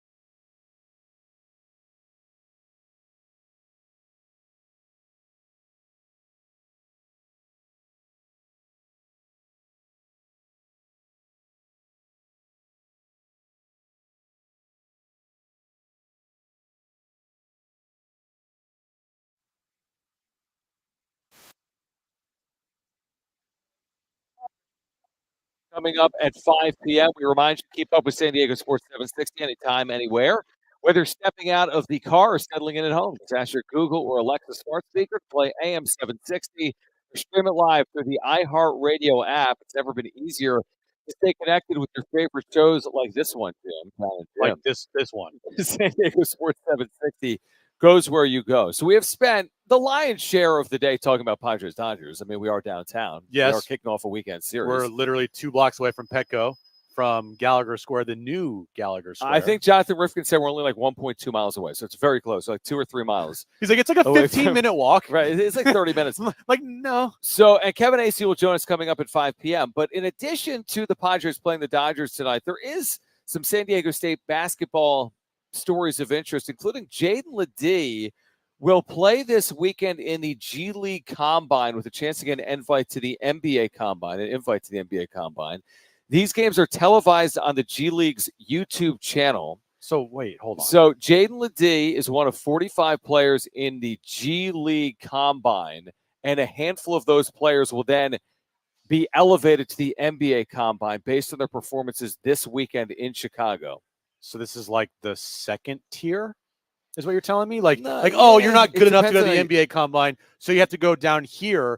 And if we prove deem yourself. I don't know if prove prove enough is yourself. the right term. Well, That's what it Because feels there's a lot like. of guys that have played in what the it kind of feels like. a little bit. So this is called the G League Elite Camp. There's Okay. 45 players. Who's Jaden LeDee is one of them. Who's give me some other players in it? Caleb Love, Arizona. Okay. Jaden LeDee. All right. Isaiah Stevens, Colorado State. Right. Jameer Nelson Jr. is a terrific player. TCU. So I like mean, there's- really good players. Yeah, I mean, think about it. The combine is European players. I mean, it's the best of the best.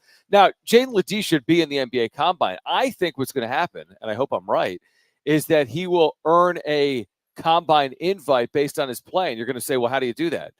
6 of these players, if not more, will earn a combine invite. There's 45 players. Somehow it's determined. I don't know if it's NBA executives or what it is.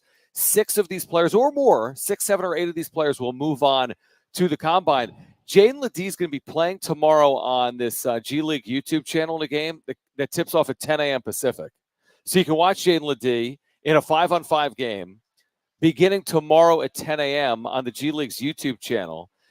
Now, the actual NBA Draft Combine starts May 12th. So this is it's like the 2 days before the Combine. So based on how you do in these 2 days, you could get elevated to the Combine because they're both in the same city, Chicago. What's I don't really follow much NBA Combine. Oh, you don't? No, It's on no. NBA TV, No, no. ESPN2. What my question is, what's so special about it? Is it like is they just doing all like the measurables and stuff? Like They play games too. they play games? Yeah, Okay. they do. Okay. You got every team there. No, it's a fair point. I mean, you don't have to participate in the Combine to be drafted, but it gives you a leg up, obviously. Yeah. I mean, I know we're biased, okay? But I just would be really surprised if, one, Jaden doesn't get at least invited to the NBA Combine, and 2, he doesn't get drafted. Like you've seen some websites and some NBA mock drafts, they don't even have him on the board. Right. Which is kind of odd to me because I would think that Jaden LeDee, one, he was an All-American. I'm not saying every All-American turns into an NBA pro. Sure. But the things that he has that you can't teach is the size and the build of an NBA player. He can go down low and he can match up with the size, the strength of NBA players. And frankly, today's NBA players, they don't look like Jaden LeDee. And he can shoot. He can shoot from And the the mid-range. NBA game, everyone can shoot. But he can shoot from outside. I mean, the defense might be an issue. I understand that. He might not have like this above the rim type of game that the NBA is now, but his size, his ability to rebound, and his ability to shoot from the mid-range are all qualities that I would think that NBA teams would want to have. I mean, you're preaching to the choir, obviously. I know I am. I think he should absolutely be in this combine. I mean, if you got 45 guys in this G League invite, are you telling me Jaden's not going to outplay a majority of them? I've watched Jaden. He should break through, you would think, assuming his health and he plays to his capability, I think he breaks through this weekend. I mean, he averaged 21.4 points per game at San Diego State. That's incredible. He had arguably the best single season in program history, and it's a great program. 21.4 points per game, 8.4 rebounds per game. They get to a Sweet 16. I mean, what else could he have done? The year before, he plays in a national championship game. Like, I think he's absolutely earned it. Like, again, this is a whole nother conversation. Bronny James is in the combine. NBA executives determine who they want to see. That's why these players are in the combine. For whatever reason, the NBA teams have determined here are the players we want to see. And right now, Jaden's not yet on that list. So they want to see Bronny James. But make no mistake, who has accomplished more? I mean, that's laughable. Obviously, at this point, Jaden Ledee has proved his worth on the court, and Bronny James still has to prove that. Yeah, I'm not an NBA expert by no means. I do love the NBA. It's one of my favorite sports to watch, basketball. But I can say right now, if Bronny gets drafted ahead of Jaden Ledee, that is problem 100% because of LeBron.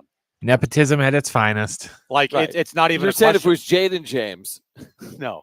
I'm saying it'd be the number one overall pick. James. If Jaden was the son of LeBron, maybe he'd he'd have that foot in the door. If he's had to earn it all. Jaden Ledee was the son of LeBron, Jaden, and he put up these numbers. Are you kidding me? When would he be drafted? It's a great point. He'd be when number one overall pick. I don't know, but you're right. He'd be a lottery. People would be like, "Whoa!" Yeah. And by the way, he probably would have been better than the third-team All-American, and he probably would have won the Conference Player of the Year award. Yeah, and it's just how it goes. Do I like it? No. And to be honest, it's not fair at all to Bronny because he needs to forge his own path. He needs to be his own player. He needs to be his own person. And I'm not saying it's true, but it just feels like it when a guy, frankly, didn't really do anything much this year at all to stand out to anybody, I feel like, to be getting an NBA Combine invite. And then if he gets drafted in the first round, there's something wrong there. And it's two words, LeBron James. Raise your hand if you're going to be watching the G League YouTube channel at 10 a.m. tomorrow. My hand is up. I will be watching. Emphatically up. It is up. Who's going to be? Anyone else going to be watching? 70470 started with team. Or tag me on social media. Aren't you coming over to my house tomorrow? I am, because I have to basically prepare for your wedding. Because if I didn't come over, I would show up the day of the wedding. I'd be like, Aaron, Jim, kiss each other. Let's have cake. We need to have some plan. I know we are. That would be the best wedding ever. Wouldn't that be great? Believe me, it's not going to be some long, drawn-out 95-minute ceremony. No. Based on where we are right now. I did start writing my vows last night. I'm coming over tomorrow afternoon. And don't worry, there won't be. Did you get past Aaron? I did get past Aaron. I didn't have one of those like writer's block. Yeah. Right. But are you going to do like a back page for like, hey, Aaron, here are 3. Like Aaron. I do a wedding back page. Yeah. Wedding back page. McDonald's. Do you like McDonald's?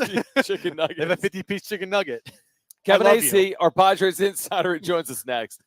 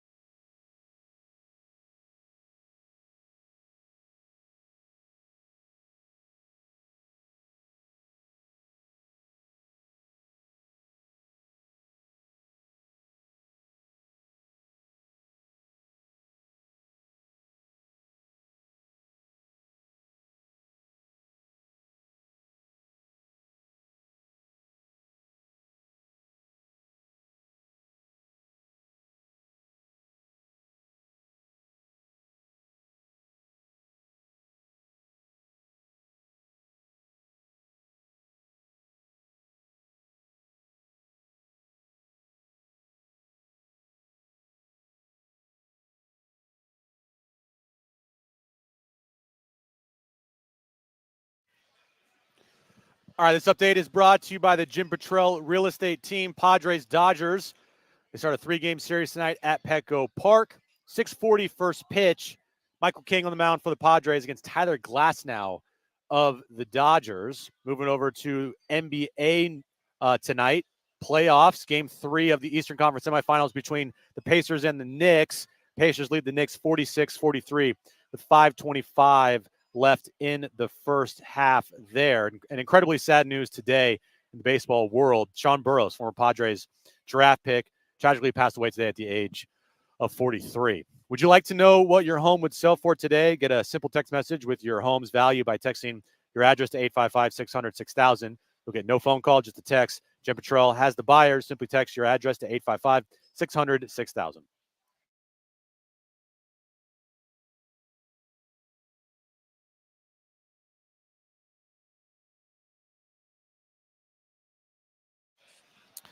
All right, final hour, Jon and Jim. We're at the Naughty Barrel downtown. The sun is peeking through the clouds right now. Padres and Dodgers will play game 1 of the 3-game series at 6:40. We'll be with you until 6 p.m., and it is great to catch up, as always, on Fridays with our Padres insider, Kevin Acee from the Union Tribune, back with us on Jon and Jim. And, Kevin, we appreciate it. I wanted to start with something that Jeff Sanders tweeted out earlier in the day, or put on X or whatever. Related to an update on Joe Musgrove's health. It sounds like the Padres have gotten some good news, and he could come off the IL when he's eligible to come off the IL. So what is the latest there and the prognosis for Joe moving forward? And thank you. Well, I would like us all to remember this if it continues to go like this, because we all remember when they say precautionary and it's not. But if it is what it appears to be, then it's the second time in a row where a big, a star player of theirs has gone on the IL. They have called it precautionary, and it turns out that it is. It appears that way, at least with Joe. This is what he said he was going to do, and it is what he's doing, which is throwing, 4 or 5 days after he goes on the IL.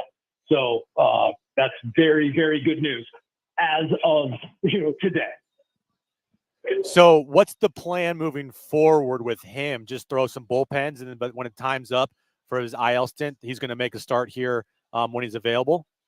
Yeah, when he went on, they were like, hey, the 17th. I mean, this wasn't something that, they were saying like out there for sure, but it was talked about that, hey, the 17th, when he's eligible to come up, they'll be starting their series in Atlanta. That's next Friday. And the hope / plan was that he would make that start. So probably like, throw today, tomorrow off, throw again, get into a bullpen maybe over the weekend, get a couple of them. Because, one of the goals here is to stay sharp and to keep that feeling. So I would think 2 bullpens probably right. Is there any internal, I guess, worry going forward with Joe? Because, this is the second time in the last, 6 months that he has gone on the IL for a arm-related injury, last year with the shoulder capsule, and then now with the inflammation in his elbow, even though they say it's precautionary. But going forward, is there some type of internal worry that this could pop up again, or are they, not worried at all? There's a big range between those two. So yeah. I know that they would bristle at the word worry, but look, Joe probably in his career, and I wouldn't know a number, but I would say probably multiple, if not several times, has probably played through stuff that maybe some other guys wouldn't. Well, now he's 31? And maybe you don't do that as much anymore. Maybe both, because you're smart, and then also maybe because you can't, or, you can't perform at an optimal level. But I think a lot of it is smart. And I think that that's like the hope. That said, and I'd written about it, before his last start, like they weren't sure that the shoulder wasn't still bothering him, or that one of these other things, and I didn't know at the time it was the elbow or triceps, whatever, that one of these other things wasn't more than he was letting on. We went out and had this, really good start. Well, but then he goes on the IL. So, yeah, I would say it's not worry or concern. It's on their minds that, okay, we've invested in this guy. And I was just talking to someone in the organization, and it was, if Joe can be that guy, if Joe can stay healthy. It wasn't saying he's not going to be, but yeah, it's not something that before, for a couple of years, it was like, oh, Joe Musgrove, that guy's Iron Man. Like, he'll never get hurt, or he'll never go on the IL. Well, that's not really something that can be said anymore, right? That's a good point. Yeah, that's a good point. Kevin Acee is our Padres insider. He's with us right now on Jon and Jim. So, Kevin, as I hear you speak, I'm thinking about 2023. Musgrove goes on the IL right around the trade deadline. They don't necessarily forecast it, and they don't play well, at least in August. And then 2021, of course, we know the wheels fell off because they didn't have starting pitching. Now, maybe their system has better depth than it had in 21 or 23, but would you expect, considering a Darvish and a Musgrove have already been on the IL, even if they get good news with both, would you expect that they do look to add outside starting pitching at some point? I've been talking about this for like a week. It was even before, maybe it was a little bit longer. It was before Joe's last start. So obviously before he went on the IL. And saying that if there was something that they were going to do big, then probably would be that. And that was aside from what I thought they might do for a hitter, and it turns out they got one of those, right? But yes. So my answer to you is yes. But then also in talking to people in the organization, they do think Joe's going to be okay. So what they're looking at is maybe, fortifying the bullpen, which they did an awful lot of in the offseason. But, if it's not working, you don't just say, hey, we did a lot in the offseason. And so I think pitching, let's call it pitching at this point. So even if Joe's good, if they don't start to get more consistent work out of their 7th and 8th inning guys, right? Like you've got Matsui, really good at times. You got De Los Santos, really good at times. You got Wandy Peralta, pretty good at times.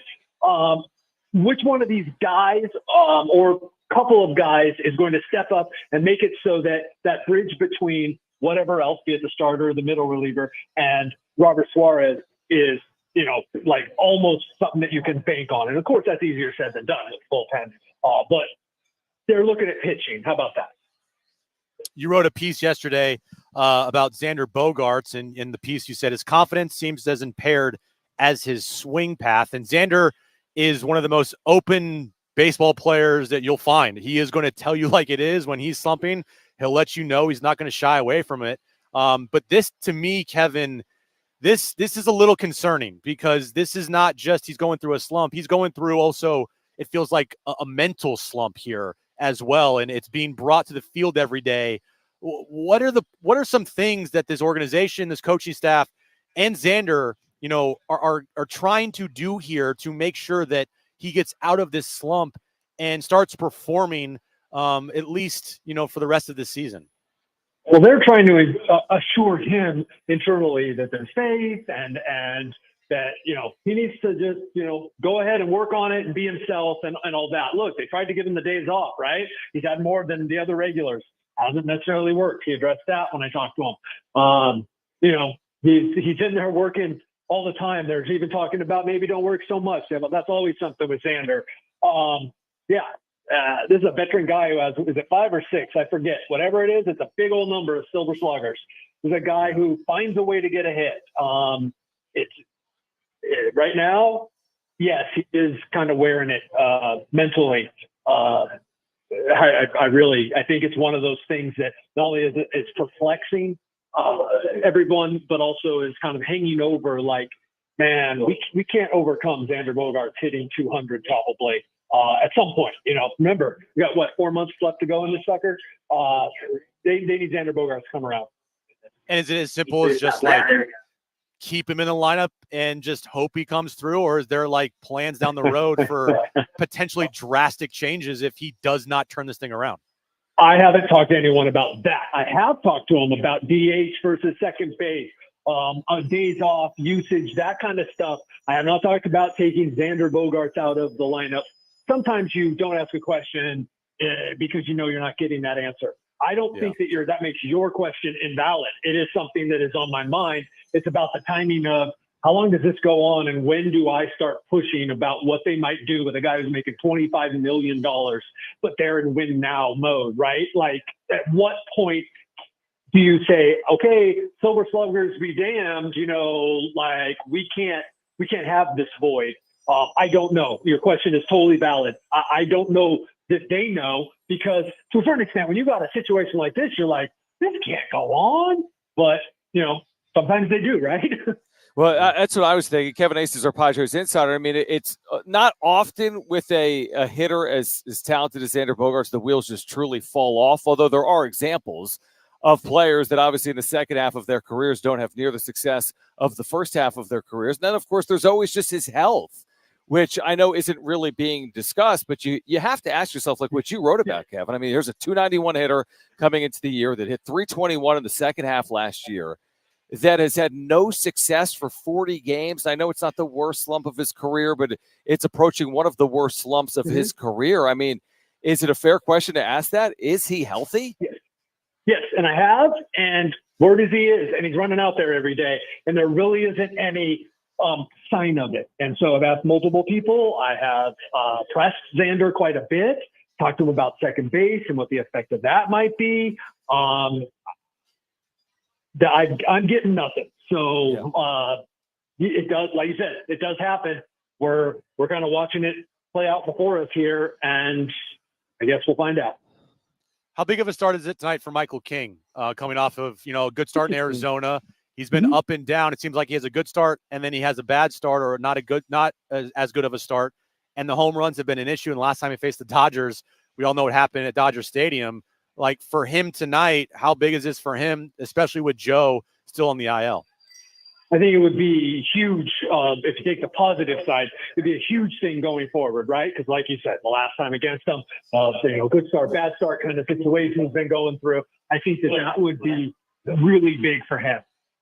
If it's, if he gets crushed by the Dodgers, I think probably a little bit more easy for, to shrug off because, that's an incredible lineup. It's just incredible.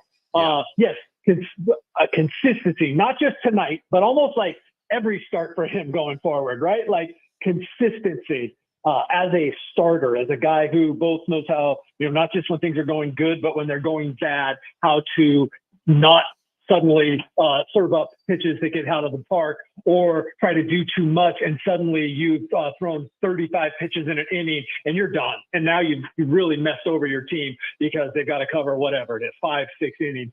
And so him learning how to navigate that is very, very important. He has the stuff, but like I was just talking to someone both about Michael King, Vasquez, like a lot of pitchers have the stuff. It's about learning how to harness it, and then the mentality, which I do think Michael King has, and Randy Vasquez maybe too. I haven't been able to watch him or talk to him as much as Michael King. But there's the promise there. But yeah, these are times where the Padres got two barely above prospects almost, right? Like they're the ones turning Michael King into a starter.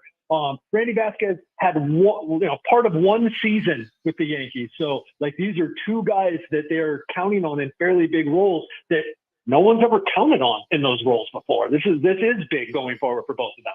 Yeah, it's a good point. I mean, King a year ago, 10 home runs allowed in 104 2/3 innings. King this year, 10 home runs allowed in 42 innings. Not a trend that the Padres or their fans want to see continue. I want to say when we spoke with you last Friday, the Padres had not yet acquired Luis Arraez. It was right after. Yeah, it was coming within the next 90 minutes or so. You had talked about their desire to add hitting even in season, and it's very rare to do it with a big acquisition in an April or a May.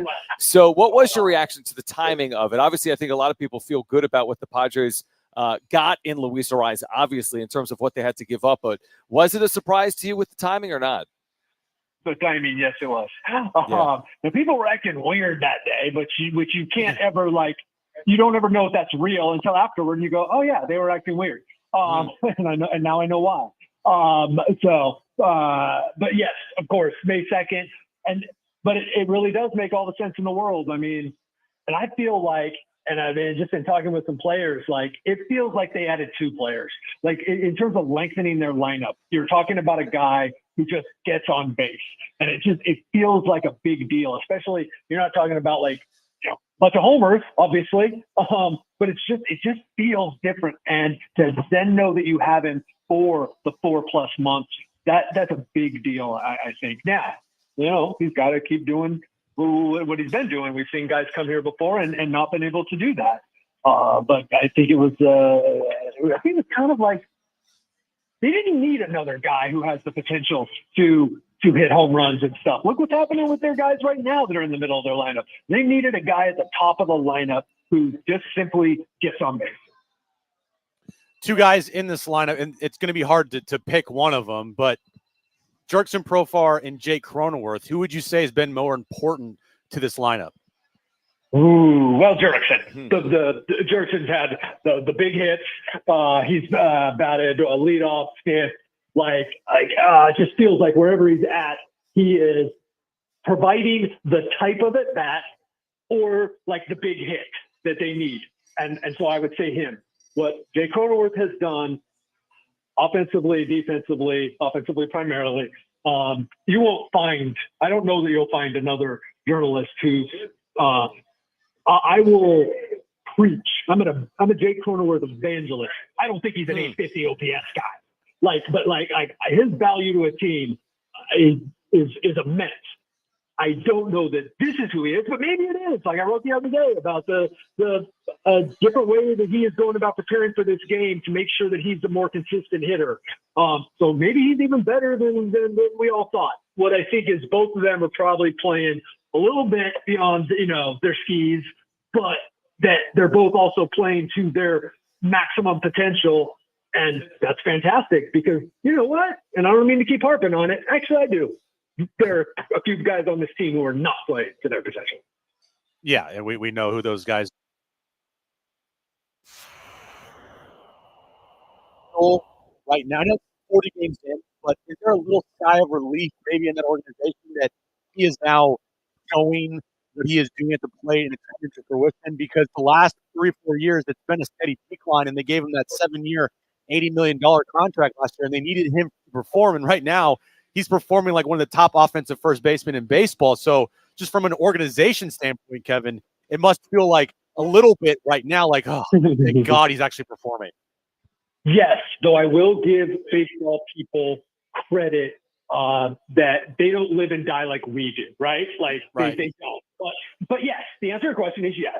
And like right now, I don't care if Jake Cronenworth was still like a 725, 750 OPS guy. That contract over the life of it was going to be a good contract. It wasn't going to be a straight play like he did last year.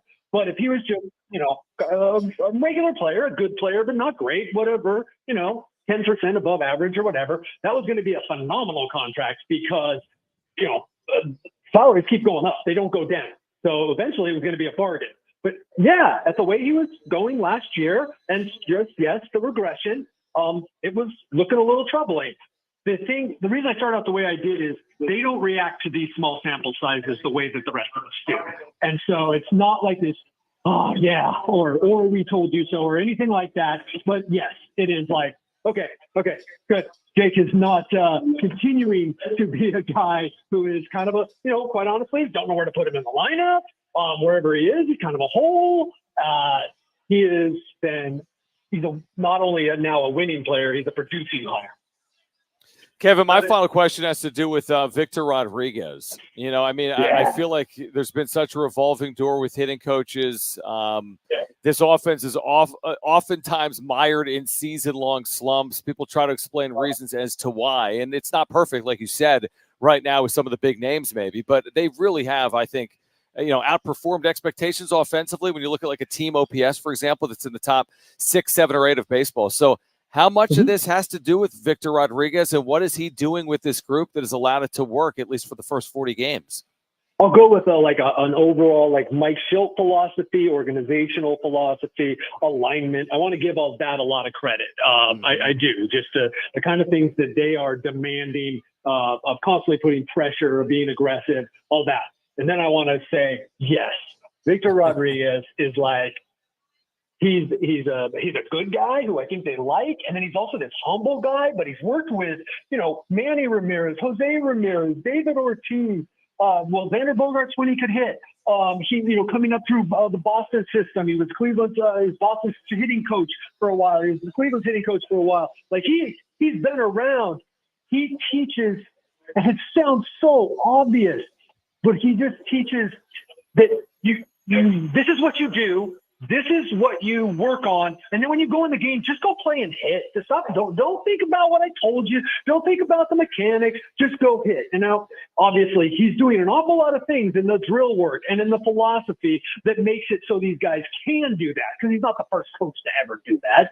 But I love, and I left this out of my story. It didn't seem to fit. I'm sorry, I did on Jay Cronenworth and how, some drills that he introduced to Jay and that Francisco Lindor introduced to Victor a long time ago. And he was with the Indians at the time, then the Guardians. And I was like, wait, so Lindor taught you this? He's like, yeah, of course. You think you know a lot of things as a coach? You don't know nothing.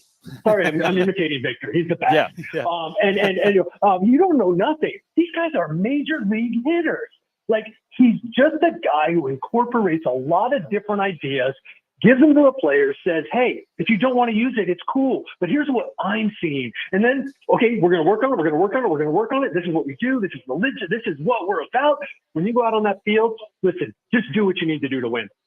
And it's working. We'll see, but it's working. It really is. No, you're spot on. It's absolutely They're working. top 10 in baseball in most offensive categories. And he's got to get some credit, if not a lot of the credit, for the team success that they're enjoying right now on offense. And Padres fans will cross their fingers, moving forward. But 40 games is a decent sample size. Kevin, always appreciate it. Let's do it again next week, and have a good weekend, and thank you. Right on. Take care, guys.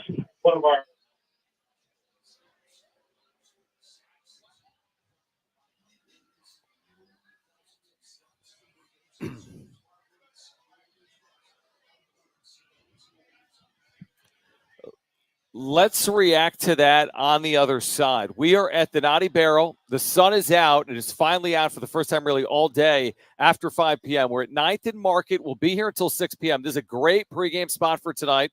Padres, Dodgers. Maybe you don't have tickets. You can just watch the game here as well. We're 2 blocks away from Petco Park. It's a very comfortable late afternoon, and the sun is out. We're about to give away Wonderfront tickets for those that are here. Somebody's going to win tickets for Sunday. On the other side, we'll react to Kevin Acee, who spent the last 20 minutes with us. We'll get you ready for Padres and Dodgers. We have Jim's back page still ahead. It's Jon and Jim. We're at the Naughty Barrel. Stay with us.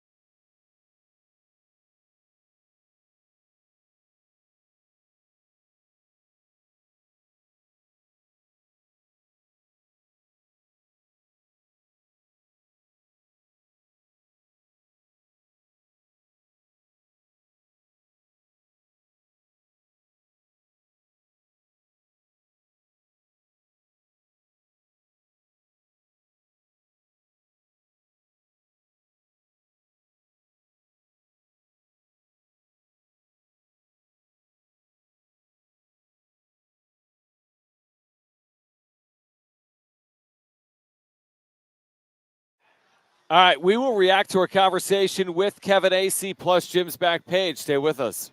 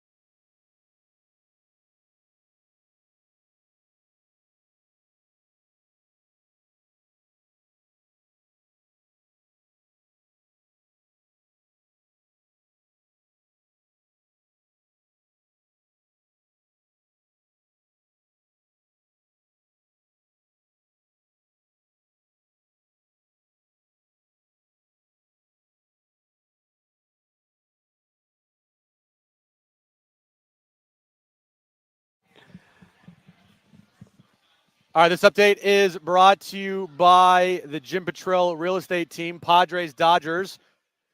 Start a 3-game series tonight at Petco Park, 6:40 first pitch. Michael King on the mound versus Tyler Glasnow for the Dodgers. NBA news today, Mike Budenholzer is now the new head coach of the Phoenix Suns. NBA playoff action happening right now. We're at the half between the Pacers and the Knicks. Knicks lead that series 2-0. Pacers, though, lead this game 63-58 at the half. And sad news in the world of baseball. Sean Burroughs, former draft pick and player for the San Diego Padres, passed away today at the age of 43. Would you like to know what your home would sell for today? Get a simple text message with your home's value by texting your address to 855-600-6000. You'll get no phone call, just a text. Jim Petrell, simply text your address to 855-600-6000.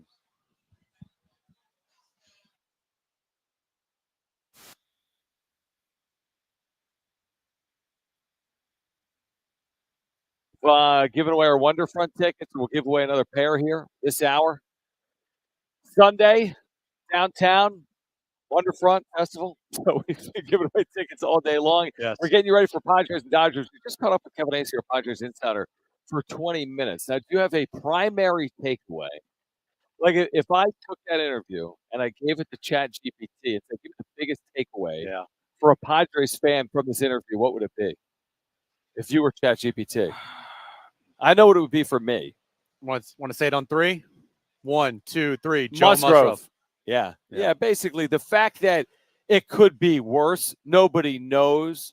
But if they do dodge it like they dodged it with Darvish, then that's pretty encouraging. Yeah. I still have Everyone's got reservations. little reservations here, just because I've seen this happen too many times where it more often than not does not end well. But hey, man, I'll be optimistic. I'll keep an open mind. I'm When are you gonna optimistic-ish about this whole thing, and I hope that he comes back, and I hope that it really truly was just a blip in the road for the season, a precautionary thing, and he comes back and he starts pitching like he did in his last start, and that last start was just the start of things to come the rest of the season. Right, because you've been Mr. I Trust Joe, and when he's healthy, I do trust Joe. So, so at what point do you then stop being worried about his health? Listen, are you going to say? Give an example. He's healthy the rest of the year, and then in 2025, June 8th, he's shut down for elbow inflammation. See, I told you. No, he got shut down for elbow no, inflammation. No. So yeah, it's a year and a half. But even thinking about it, John, even if say he does go out there, look like Joe, has, say the next 3 or 4 starts, like 4 of the next 6 starts are all really good. Okay. Like Joe quality. Okay. We won't it's you can be optimistic about it, but I was optimistic after his last start and we didn't know anything, and then boom, right away as on the IL. Like it happened so quickly. Sure. So even if he does go out there and have 4 really good starts in the next 6 games, like I'll be optimistic, but these type of things seem like they happen just out of the blue, out of nowhere. So it's like you'll never know it's coming. And that's kind of the scary part. It is the scary part. Here's the other thing that is like perplexing, maybe more perplexing. If you could just explain some of this to his health. Xander Bogaerts' issues are perplexing because you're 40 games in and no one has any real feel for why this is occurring. Is it risk related? Is it pushing positions? Is he in his head? He says it's not injury related. The wheels fall. Well, yeah, sure. I can say that, I can say anything too. I know. So it doesn't really necessarily mean it is or is not. But why is this happening? A lot of good things are happening with this lineup for the San Diego Padres, but one of the bad things is Xander Bogaerts is in a season-long slump. Well, at least, if you want to do the glass half full type of thing here, at least just kind of just Xander. I know Manny's slumping, right? But it's not this bad, right? Tatis is not performing up to his level. Like you read off his first half stats of 2021. Are we ever going to see that Tatis ever again? Tatis? Yeah. With his 1,000 plus OPS and 28 home runs in a half year? I don't know. I have no idea. But even with this Xander Bogaerts for the first 40 games of the season, they're still a top 10 offense. Right. That to me is a very encouraging sign. If Xander was struggling and then you look at this offense and they are in the 20s and the late teens as far as offensive statistics, then it's like, well, that's a problem. But if you are going to have a top 10 offense right now through most all of the categories that we've listed off that are important, with Xander struggling like he is, that to me is a half glass full. It is the half glass full. That too. The issue being you always have to pay up at some point. And what I mean by that is they owe him $25+ million for the next 10 years. That's just a factual statement. That's a conversation and that is going to be there. And that's something that's going to weigh them down. When you have a $150 million payroll, and I don't know if they do, whatever the number is. 180 right now, 175. Okay, well, 25 of 175 is 1/7 of every dollar. So what? So 17 cents of every dollar. If they had $1, 17 cents. No, that's not right. What? If they had $1, I'll let you do it. 14 cents are spent on Xander Bogaerts. They have a $1 bill. They only can spend $1. 14 cents. That's right. More than 14 cents. Even if you were wrong, it sounds right. It's right. It's 14.33333 or whatever. Okay. 14 cents have been spent on Xander Bogaerts. That's a lot of pennies when you only have 100. 14 of your 100 pennies are on Xander Bogaerts. Not now. It's one thing if you have a bad deal for now, and it's a 1-year deal. But for next year and the year after and so on, well, think about this. So forth. If we're doing the math here. Yes, let's do it. And this is probably completely wrong, but you would probably say close to 50 cents of a dollar is spent on Manny, Bogaerts, and Toddy? Yeah, that's probably right without doing the math. Yeah.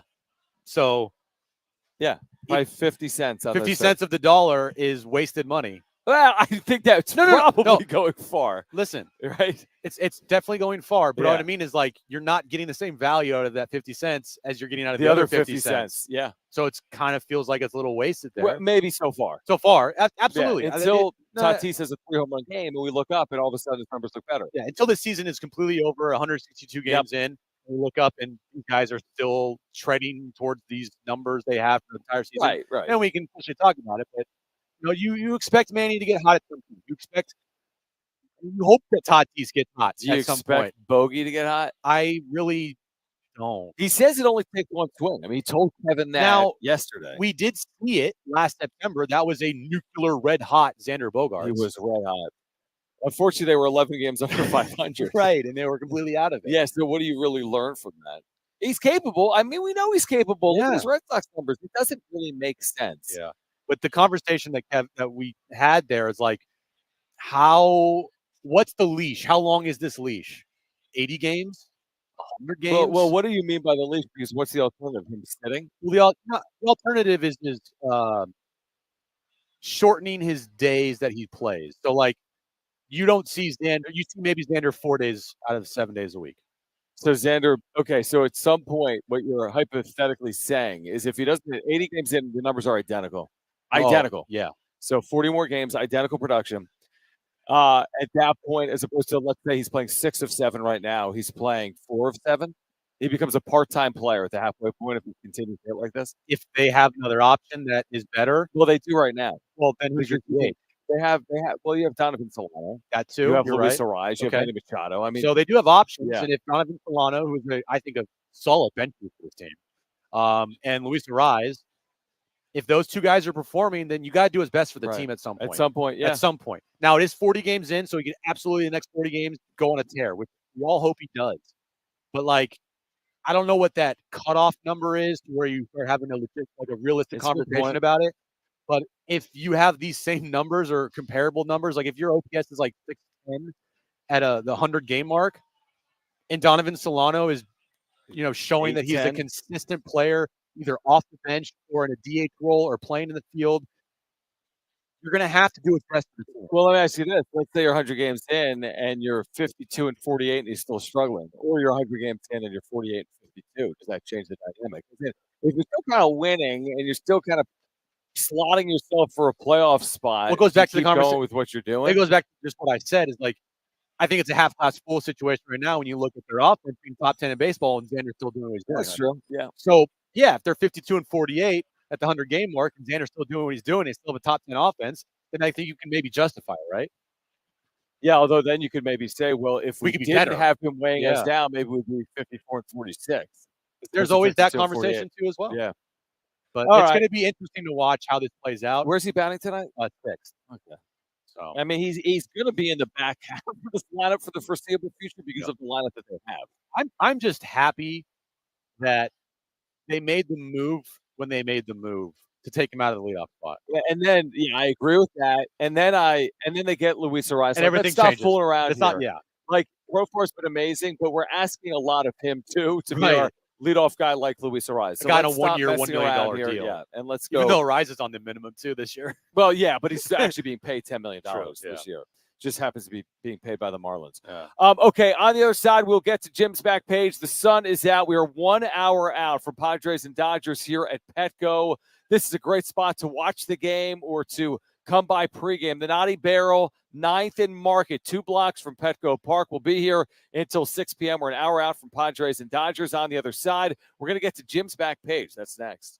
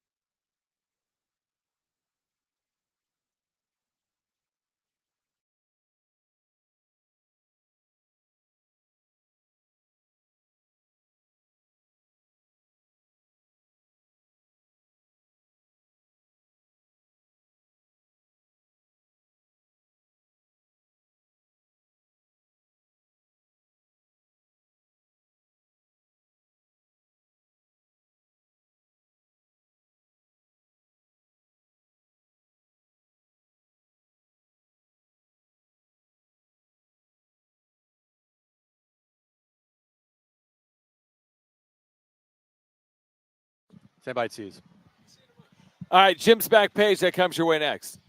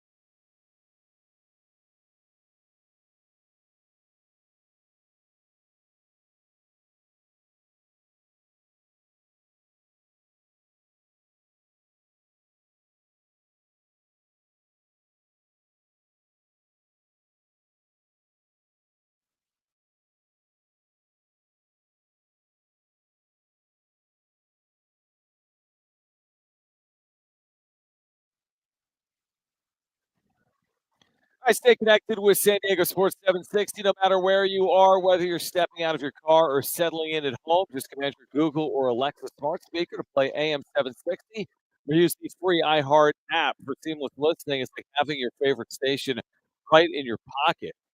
We appreciate everyone swinging by. This place is filled up. Manny, thank you all day for hanging out, our Thank you, engineer Manny. here on San Diego Sports 760 with the Darren Smith Show, now with Jon and Jim. And again, if you're looking for a place to hang this weekend, whether it's tonight or later on, swing by the Naughty Barrel. Padres Dodgers all weekend long here in San Diego. There's only one other series this year here between the Padres and the Dodgers. It's a 2-game weeknight series, like a Tuesday and Wednesday, maybe in July or at some point. So this is a bit of a rarity. Just 5 games. Padres Dodgers in San Diego. It's the only tonight. weekend series. Only weekend series. That Tuesday, Wednesday 2-gamer is going to be a little awkward because they took one of those games and put it in Korea. Yeah. Thanks, baseball. Good job. No, it was good. Other than the fact that the game was at 3 a.m. or whatever, it actually wasn't that good. Dude, that was a disaster. I'm not doing that next year. I'm not doing. They're not playing in Korea next year, are they? No, they've done Mexico, which is great. I think the Dodgers are playing time. in Japan, though. Are they? I think so. I didn't realize that. Because they maybe the Padres could spend a year in the States. Win some games, like a normal opening day. Right. Exactly. Not cool. Korea, not Mexico City. Right here in San Diego, California. Yeah. Are you ready? Are you ready? No. You? I'm ready. Okay, then let's get to it.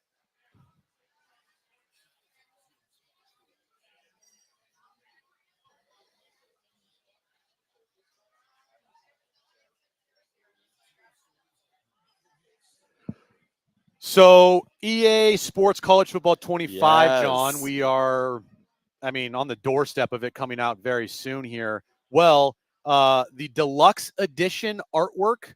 I don't know what what's that mean? I don't know. I don't know what the exactly deluxe edition entails. Does it give you like a joystick? Do they call them joysticks? No, John. Controller? No. They usually add like special features. Okay.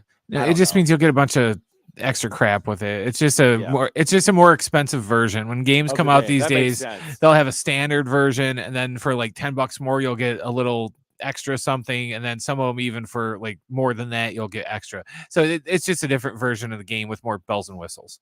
Okay. So the official cover reveal, you have it up there, is on May 16th, 5 days, 14 hours, 12 minutes, and 12 seconds. Are you gonna stay up? No. For the next 5 days until they reveal the cover? But I mentioned the deluxe edition here, John, because that cover got leaked online.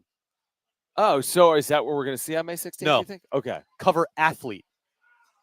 The official cover reveal.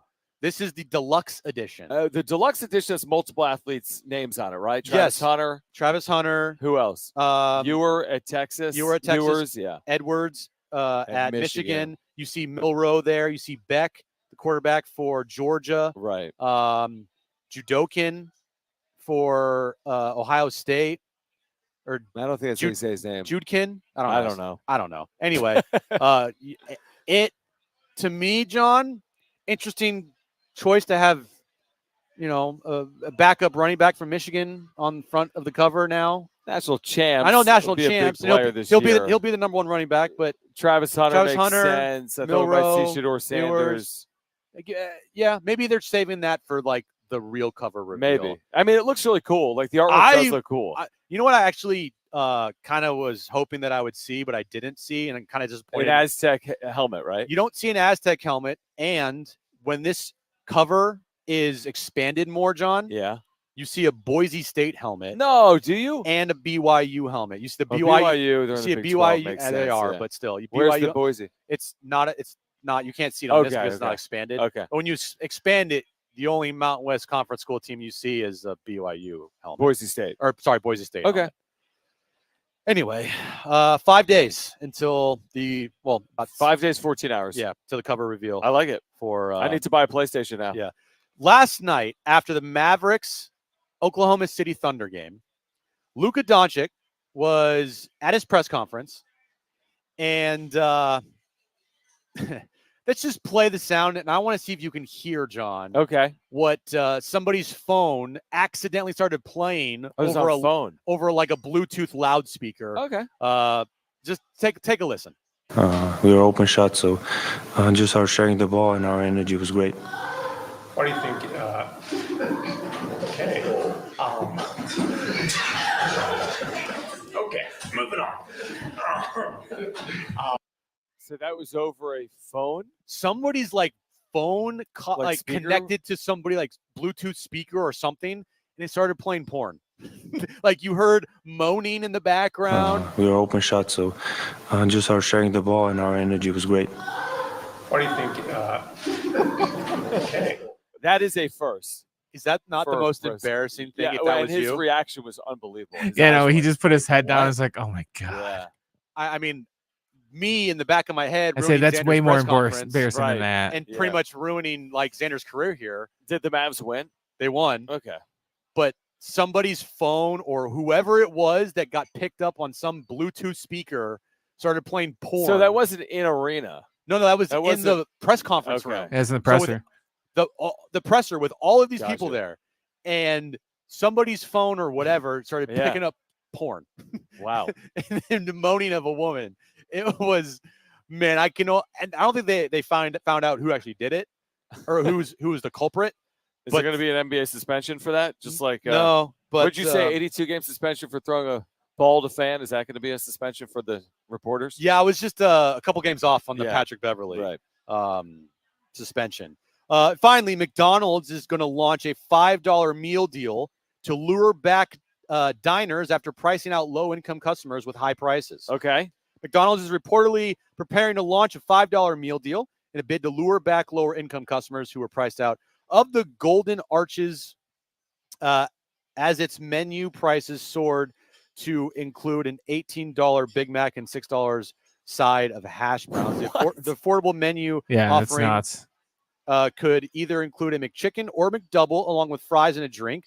And for reference, a McChicken at McDonald's right now goes for $5.59 for the sandwich alone. Yeah, but put it this way, John, you could go to like a Chili's or an Applebee's now and get a cheaper burger than at McDonald's. Yeah, that's not good. Like a side of small fries costs like $4. Soft drink costs like $3. Burger, yeah, dude. Hash browns. If you get up early enough in the morning, hash browns are like insane. They want like almost $3.50, $4 for like one hash brown. Without it being offered up in the $5 meal deal, a McDouble with the same items, the sandwich, fries, and a drink totals $14. So is this all locations? It wasn't immediately clear as to which McDonald's 13,500 plus U.S. locations would implement this $5 meal deal.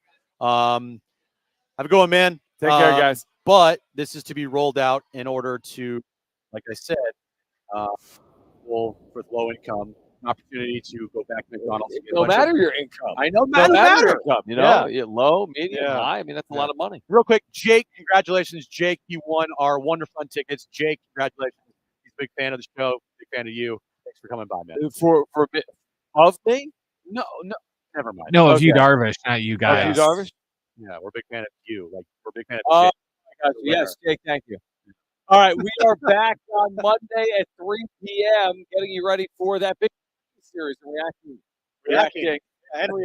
It's been quite a day. Reacting to Padres Dodgers. All right, get to the Naughty Barrel this weekend. They've got everything you need, including Padres and Dodgers on TV all weekend long. If you miss anything today, sportssd.com, iHeartRadio app, iTunes, TuneIn Radio, or Spotify. For Brent and our engineer Manny and Jim, I'm John. Keep it right here. This is San Diego Sports 760. Have a good weekend. Peace out. Bye. Bye-bye.